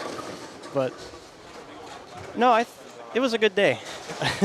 Have you ever had a day this good? I've had one league day, which is a 6-game league that was better than this. I shot 1680 for 6, which was a house record, and then like an 820 following it. But other than that, no, that was a career day right there. 270, 269, 268. Then you bowled 245, 300, 235. Yep. Yeah, the fourth game got a little squirrely for us. I don't know if it was who I crossed with. Obviously, the right side was breaking down. I mean, house shot, that's just how it's going to go. Left side will 9 times out of 10 have the advantage. But then we moved down to 1 and 2, which is when I shot the 300, and I've been told by Theo and a couple others that that's the best lefty pair in the house. Okay. And that showed. But there was a little bit of traffic in there. I think just the pair that I hit is why I was able to get the 3 bills. But I think a little further down the line, I started to slow down just a little bit. But it's, yeah, I mean, house shot. So you're going to have normally about 2-3 boards on either side of you. Just loosen up your swing and get your hand in the right spot, and you're golden. How old are you now? I am 21. You're 21 now. Yep. Do you think your game's the best it's ever been right now? I would say so, yeah. Yeah. I think physically I've been in the same spot that I've been in for the past few years. I think it's all mental that has gotten me higher up, for sure. What have you done to work on your mental game, and where do you think your mental game's at? I think it's been more of the mindset of bowling's just a game. There's a lot more to bowling. I come from a family of bowlers, and I mean, that's what my dad has always put on me. Like, he wants me to be a good bowler. I'm not saying like I'm forced into this. I enjoy it, and it just kind of fuels me, I guess. Gives me the energy to win, and that could also lead to my downfall, is wanting something too much. So I've been working on trying to find that happy medium, you know? Be like, okay, this happened. Oh, well. Uh-huh. Well, I mean, this event here has, 44 teams. 43 are going to lose. Yes, yep.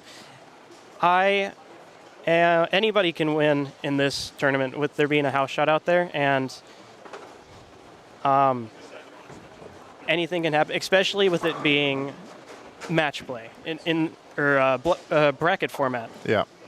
Anything can happen in a bracket format. So leading today, it means just as much as the team that qualifies 16th tonight. Yep. So Yep.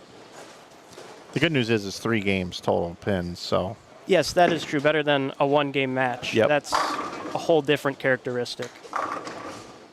Let's talk about PBA this year up in Minnesota. That was pretty wild. It was interesting for me personally before I get your take on this, but you've bowled some events that I've covered, and you've bowled great, and you've had a couple lowlights as well, right? We both know about that. And I have a social media guy that picked up, one of the times that you were kind of lofting the ball and a little frustrated, and that was a thing, right? It was a thing, and some people said some not so great things about you, and needless to say, that was kind of where you're at. What was that, 3 years ago, two years ago? Something like that. Yeah. Okay. And then I've kept watching you bowl. I've said great things about you when you're bowling good, things like that. And then I find myself in my other role, which is Bowl TV, working the PBA Tour, and I'm up there, and I'm calling the normal guys, EJ, Belmo, you name it, everybody, and we got these animal patterns, and I saw that you were bowling, and I'm like, oh wow, I know this guy, unlike probably my other fellow commentators, I know this guy, it would be cool if Brandon did something special here this week, but I don't expect it. And, with the little bit of history that we've had, which is more than just you just blend in, you're not a blend in guy. I was like, oh, damn, he's bowling pretty good here. He's got a shot to make this thing. And then we pride ourselves up in the booth to pretty much knowing the cut number. And I'm like, I think Brandon's the number. And Jim Callahan says, I think Brandon's the number. You were the number, right? Yes, I was. Yep. And I remember I said, I got to grab this wireless mic and I got to go over and talk to you. And I walked over, and I didn't know if you knew or not, or somebody told you. And it was so cool for me to be able to pretty much tell you, I asked you the question. I said, "What'd you finish over?" And you told me, and I go, "You're the number." And you were just like shocked. So tell me a little bit about what happened that day and how you were feeling. Well, you explained it to a T. When you told me the cut number, at first I thought you were lying to me. I didn't have a clue on what to say about that. Yeah. Going into the PTQ, my only goal was to just make it in the field. If I made it in the field, I won. Yep. Yeah. And that's that good attitude. That's that good mental space, by the way. Yep. And it definitely showed that I was in that mindset too, because I feel like I was a lot more relaxed when qualifying for the actual World Series of Bowling started compared to the PTQ. I feel like the nerves were a lot higher and there was a little more pressure. So that was one takeaway that I had from there for the mental game, along with, obviously, I'm around the best in the world, so there's so many things, so many people that I can talk to, so many things I can see to help me improve from that level. But, I mean, the Cheetah Championship the first day, starting out that day, it was going to be my best pattern. I'm sure a lot of people know that when I'm on the ditch, Yeah. it don't matter what I'm throwing. It's gonna be a good day. Yeah. But from there, it made it even easier on me when I made that show. The next 3 days, it's just, well, what do I do from here? How do I top that? Yeah, exactly. Yeah, we're talking about this year's World Series of Bowling Cheetah Championship, where Brandon ended up making the show. He beat AJ Johnson 256 to 200, and then was defeated by Spencer Robar's 251 to 233 in the quarterfinals. But you bowled great on TV, man. I mean, to bowl 250, 230. You hear about a lot of people that make TV and they bowl 140. Yeah, that was my only goal. My goal wasn't to win a match or anything. My goal was keep it close. Don't go out there and shoot a $160 or something. Yeah. So, but no, the expectations were low at that point. I want to win. I'm not gonna just throw in the towel, but no, that's been one big key to the mental game is keep the expectations low, and then that's where I normally find myself the calmest. We're talking over with Brandon Cryer, made a PBA show at the World Series of Bowling in his hometown, by the way. That was pretty cool. Yeah, I would have never expected that they would even host anything in Minnesota, considering how long it's been. What are your plans moving forward with your bowling career? What do you want to do?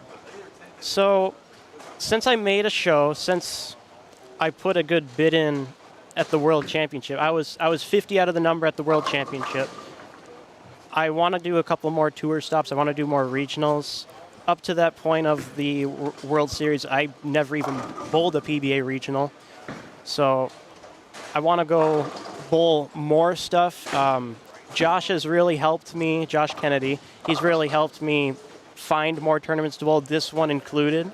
And so that's where I want to go. I just want to bowl the bigger stuff. I want to get more experience. I want to learn. I want to get better.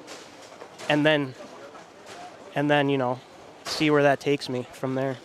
Am I going to see you at any upcoming Inside Bowling events moving in the next few weeks? Yes, you will. So, funny you say that. Brock Haugland, I'm sure you've seen in the chat at some point. He was talking about how the past, it'll be 6 months or a span of 6 months. I'm going to see you every month. I'll see you at the 11th frame. Agenong, right? You're doing the Agenong? Yeah. Okay, that's what I thought. And then the September, the Fall Classic, I think it is? Yep. Have a night Fall Classic. And of course, I've seen you in the past every month too. Cactus Classic, World Series, all that. So I'm kind of following you along everywhere. That's great. And we're cool, right? You and I, we're cool? Absolutely. Okay, just making sure. No, I had one guy ask me about that video that was posted.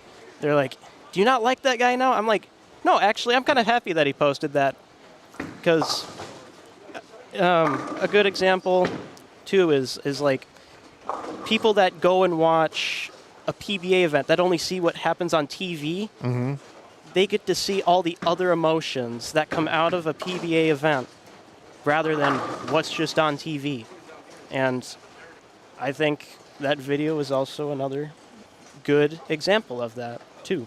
I have a social guy that works for me. He clips everything. I don't have time to do it. So it's this guy named Gray, and he clips stuff from our stuff, and he clips stuff from PBA. He does the fry-out videos for all that.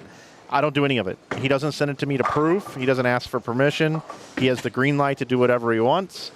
Okay. So that's how that happened. And I think it's great what he does. We get a lot of impressions, and he just picks random things, and that's what he picked from that event.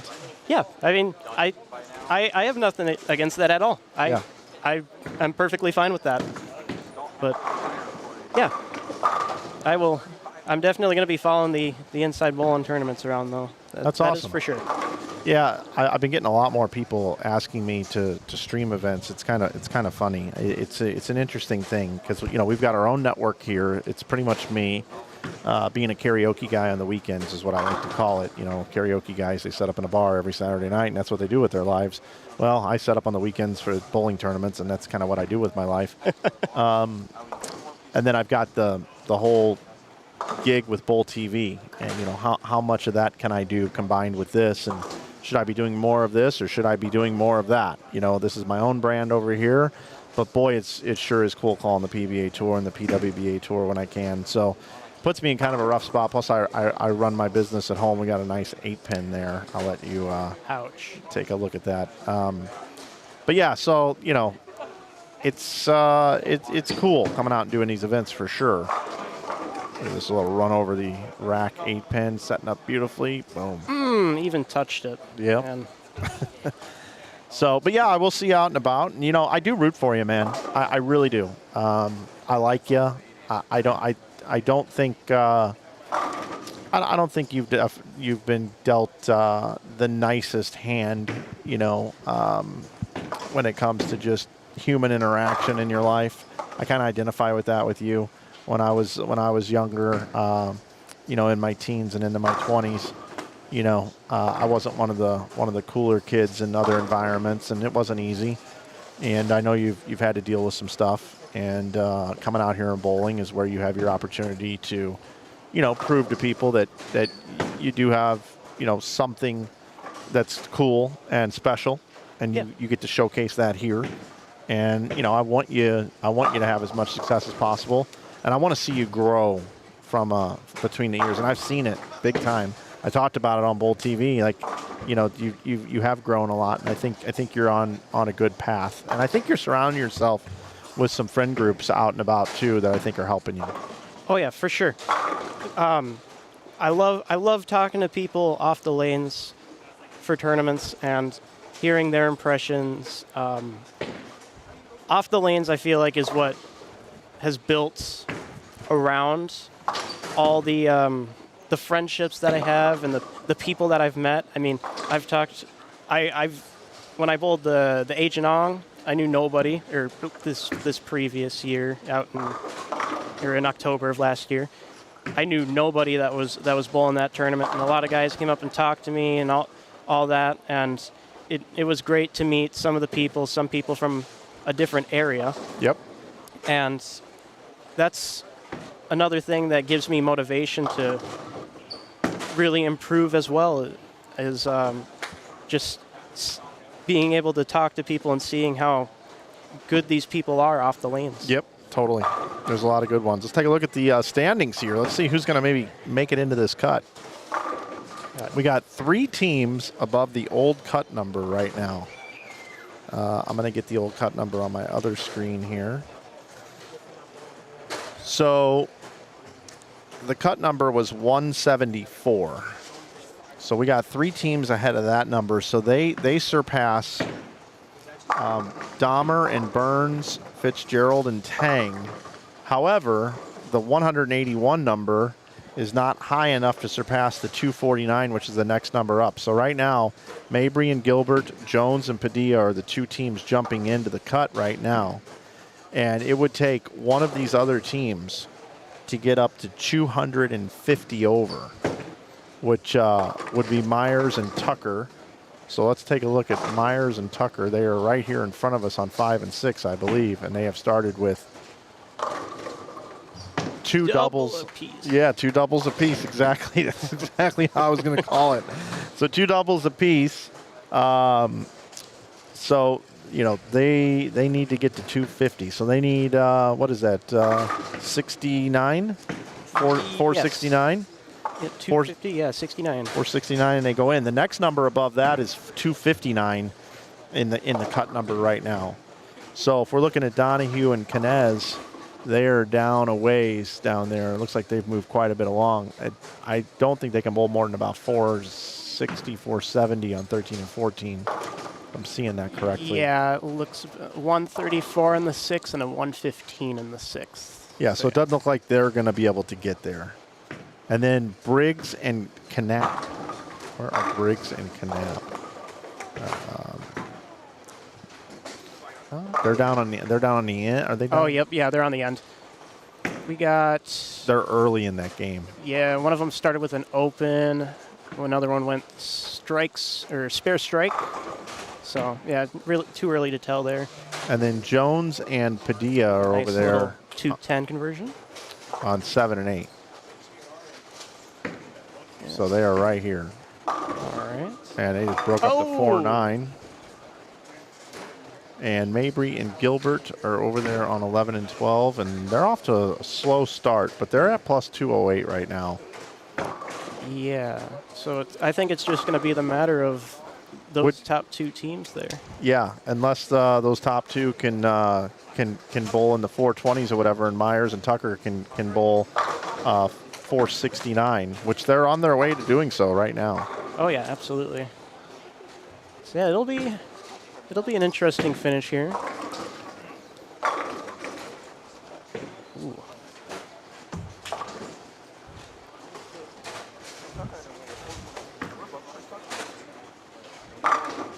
Oh my goodness.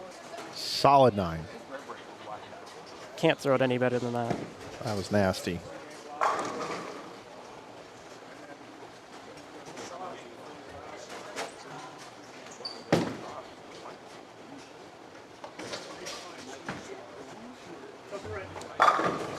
Shot from Tuckerson.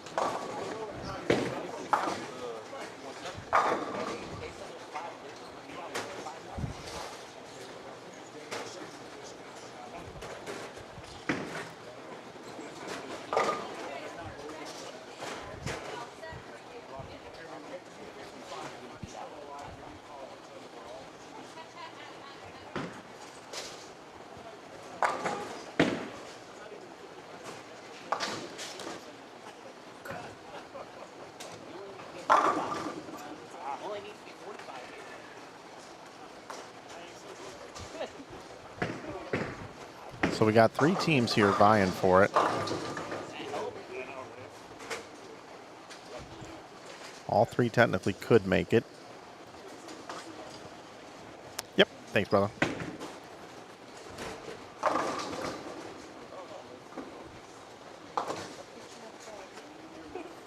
Move over here, take a look at the Mabry team here. They are off to a really slow start here.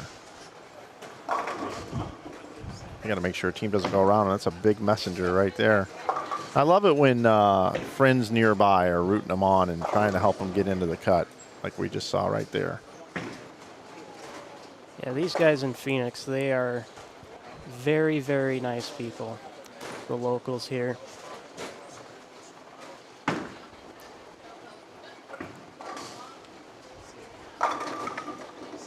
Ooh, nice messenger there.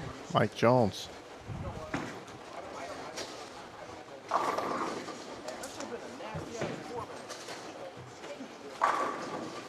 Tell you what, I think these shots here,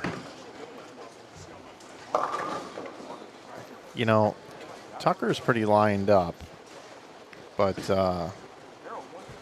Mark Myers right now doesn't have good ball reaction. Cesar strikes. Yeah, and their scenario there in 5 and 6, I mean, as long as you got one guy stringing them and they need 70 up, right? Yeah. Yep. Yeah, if they got one guy stringing them, the other guy caught a double. If he can stay clean, the other guy keeps stringing them, that'll get him there. Yeah, if you get around 249, you're in.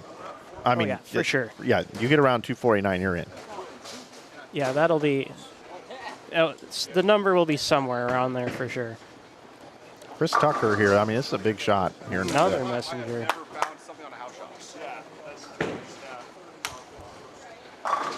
Wow, and look at these guys starting to come back and striking. Mabry. It's gonna be close.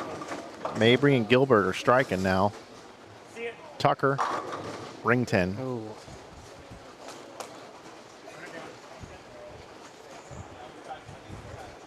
Yeah, this is tight. Again, Mabry and Gilbert are plus 208 right now. Two teams are going to go around the 179 and 174 dead numbers for sure. Jones and Padilla right now are the other team around that number at plus 196, but so is Myers and Tucker. However, all three can't make it because somebody's got to pass 249.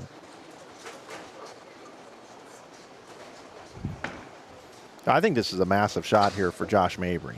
Oh, absolutely. I mean, he's got 74 in the fifth with a double working. His partner had 51 in the fourth. Now he's got a triple working. These guys have figured out this pair. Big shot here, eighth frame. Oh. Gets it. Sure. They have a possible 455, which will still get them there.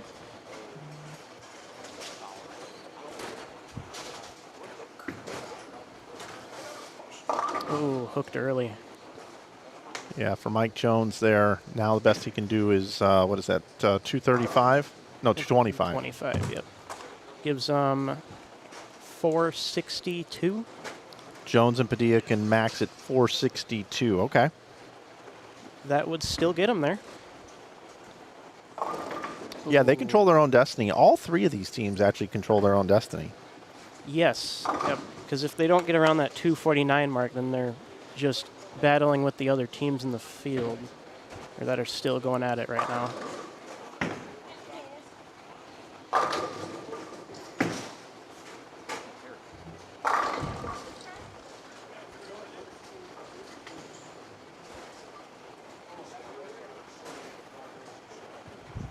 Kyle Gilbert here.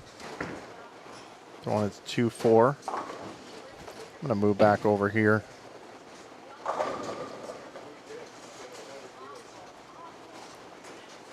Cesar is going to step off there, reset.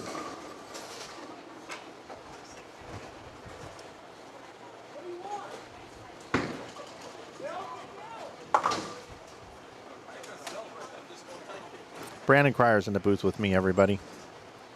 Those of you that were wondering. Is the New Mexico Open next? No, next for me next weekend I will be, and you can go to InsideBowling.com and click on the live streams. I will be in Cape Girardeau, Missouri for the Missouri State Kings and Queens. Oh, 410 in the pocket. Light pocket.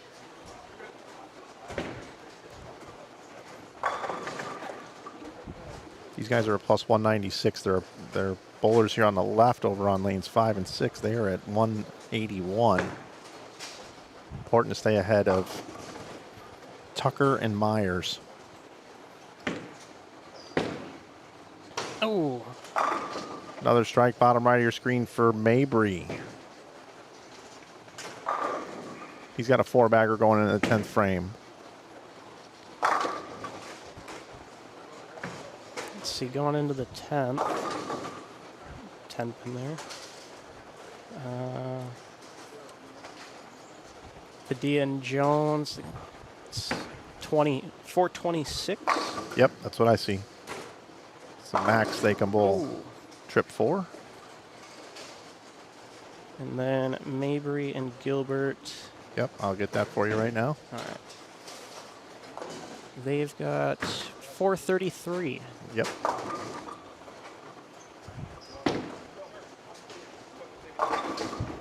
Nice shot, man. Mabry down the stretch, just striking at will. Nice 10-pin conversion. We got a Caesar splits there.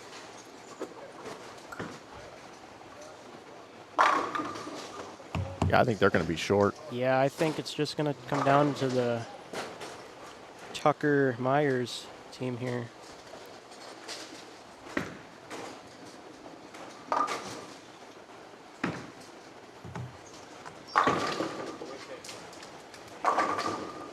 Oh, little shaker 5 still standing.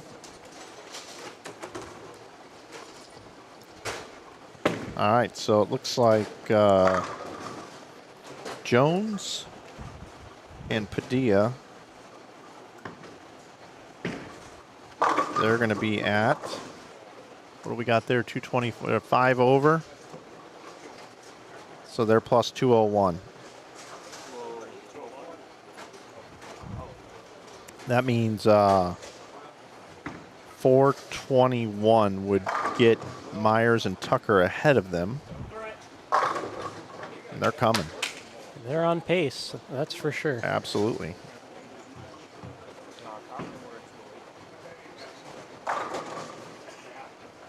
All right, let's see. First one in the 10th was big for Kyle Gilbert. These guys are plus 208 right now. So we got 213. They're going to be in the low twos.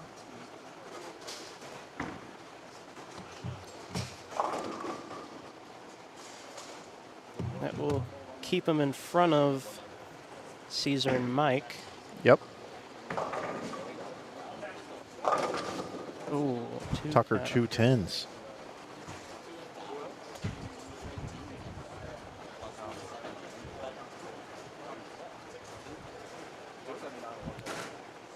So Gilbert and Mabry will go 11 over with a conversion here for this game. Yep, looks like it.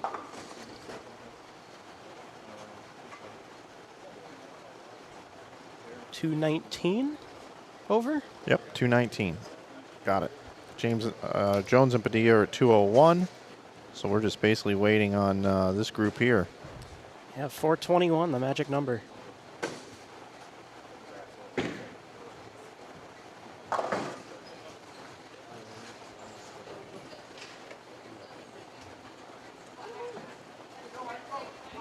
And if you're watching and you are done bowling, Michael Fitzgerald and Darren Tang and Keith Dahmer and Dwight Burns are going to be passed, both of them.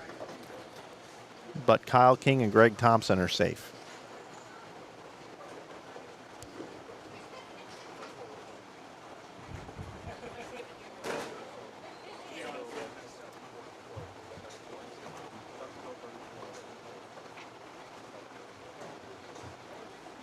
Yep, they are safe. This team cannot get to 250. Yep, you got it right, buddy. The magic number. Ooh, in. Oh, 4 was wiggling. This is where you can't get overhyped. Oh, absolutely. You gotta actually, you gotta kind of slow things down now. Yep. Yeah, this is one of the moments where, yeah, you can't let the emotions get in front of you. You want to. Everybody knows you want to, but keep it in check and keep them in check until you are at that number.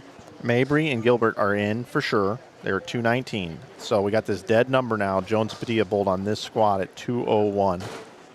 These guys are at 181 coming in.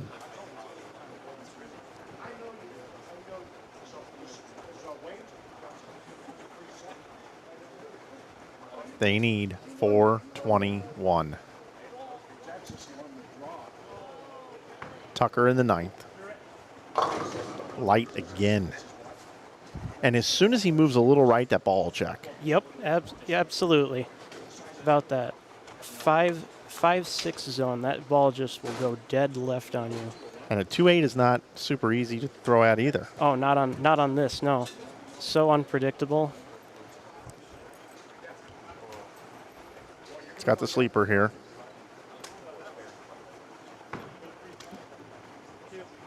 All right. Big spare. I mean, that's a big spare. They're in good condition right now. Okay, so if they pace out here, 214, 213, that's 27. Yeah, if they both throw up one good shot, they're there. They need good count and good count, both of them. Yep. Count, both sides. Open frame, things get real interesting.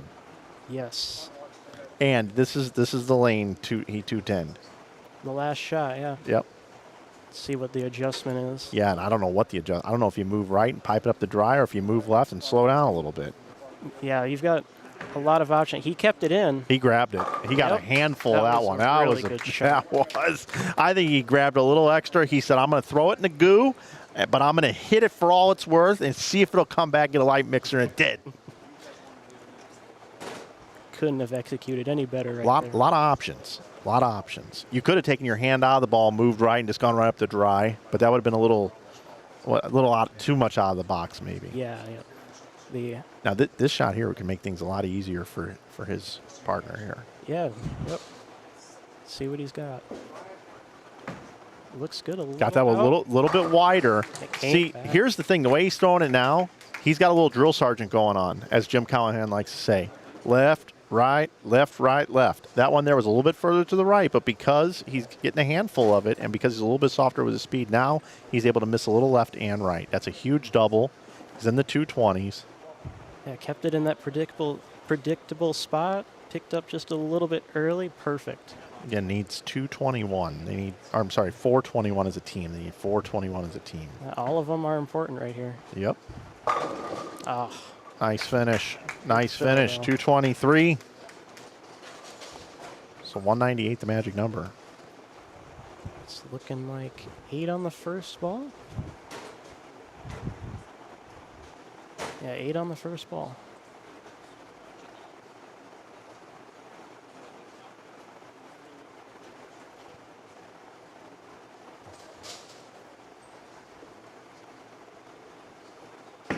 Looks good. Right up the dry. How about 9? That's a enough. done deal right there. Congratulations. That's good. You guys got the green light there. Boy, it became exciting here. Yes, it did. Right in front of us, too. I feel for Jones and Padilla, though. Those guys are ballers. Oh, yeah. I bowled with Jones yesterday in a little King of the Hill tournament. He's a fun guy to bowl with.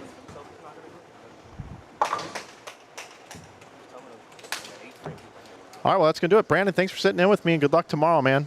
Yeah, absolutely. Thanks for having me, Mike. I'm gonna take the under that you're not going to average tomorrow what you did today, though. I hope you don't. I mean, 260. If you average over 264.5 tomorrow, I will call you the greatest bowler of all time. All right, you've got a deal. All right, thanks, Brandon. Thank you. All right, that's Brandon Cryer coming in, joining me here at Call the Cut. And, Michael Fitzgerald, Darren Tang, Keith Dahmer, and Dwight Burns, you guys have been bounced from the top 16. And it looks like we've got our top 16. We got Mabry and Gilbert going in, and we've also got Myers and Tucker moving in as well. That's going to do it for tonight's coverage, everybody. Want to thank Agent Ong and as well as Dawgs BroBQ, Dawgs and BroBQ. Also want to thank Brunswick, our presenting sponsor from the equipment side of things, and our friend Reed Gibbs and the entire team here at Lakeview Lanes. If you want to donate to the D-Ron Booker cause here, who was told he had leukemia cancer. He's in the hospital. He's going to be there for a while. He's getting treatment. His body's responding well, but they have a GoFundMe going for him, and you can go straight to the GoFundMe. You can find that online. It's very easy to find. D-Ron Booker GoFundMe. You can donate directly, or if you want to participate in our 7 bowling ball raffle giveaway that we're going to do Monday night on our Facebook page, you can Venmo me $5 increments. Each $5 is another entry into the wheel spin that we will do for 7 bowling balls. Thanks to people like Anthony Simonson and Darren Tang and Greg Thompson and Carl Ong and Wesley Lowe. and Kevin Jenkins. We're giving away a bunch of balls, a variety of them that everybody's involved with. If you want to do that, you can still Venmo me to get that in, and we'll be making that donation on Monday night. If you can, that'd be great. Also, if you want to support what we do here, you can check out InsideBowling.com. You can save 15% on our merch year-round with that coupon code YouTube down in the corner. So for Carl and for Theo, the entire crew here, as I mentioned, my name is Mike Flanagan. You've been watching the 2026 Desert Heat Doubles C-Squad qualifying. We've got our top 16. We'll see you tomorrow morning, 9 a.m. Pacific, for 3-game total pinfall matches in the bracket to see who advance and who will come home our champion. See you tomorrow, everybody.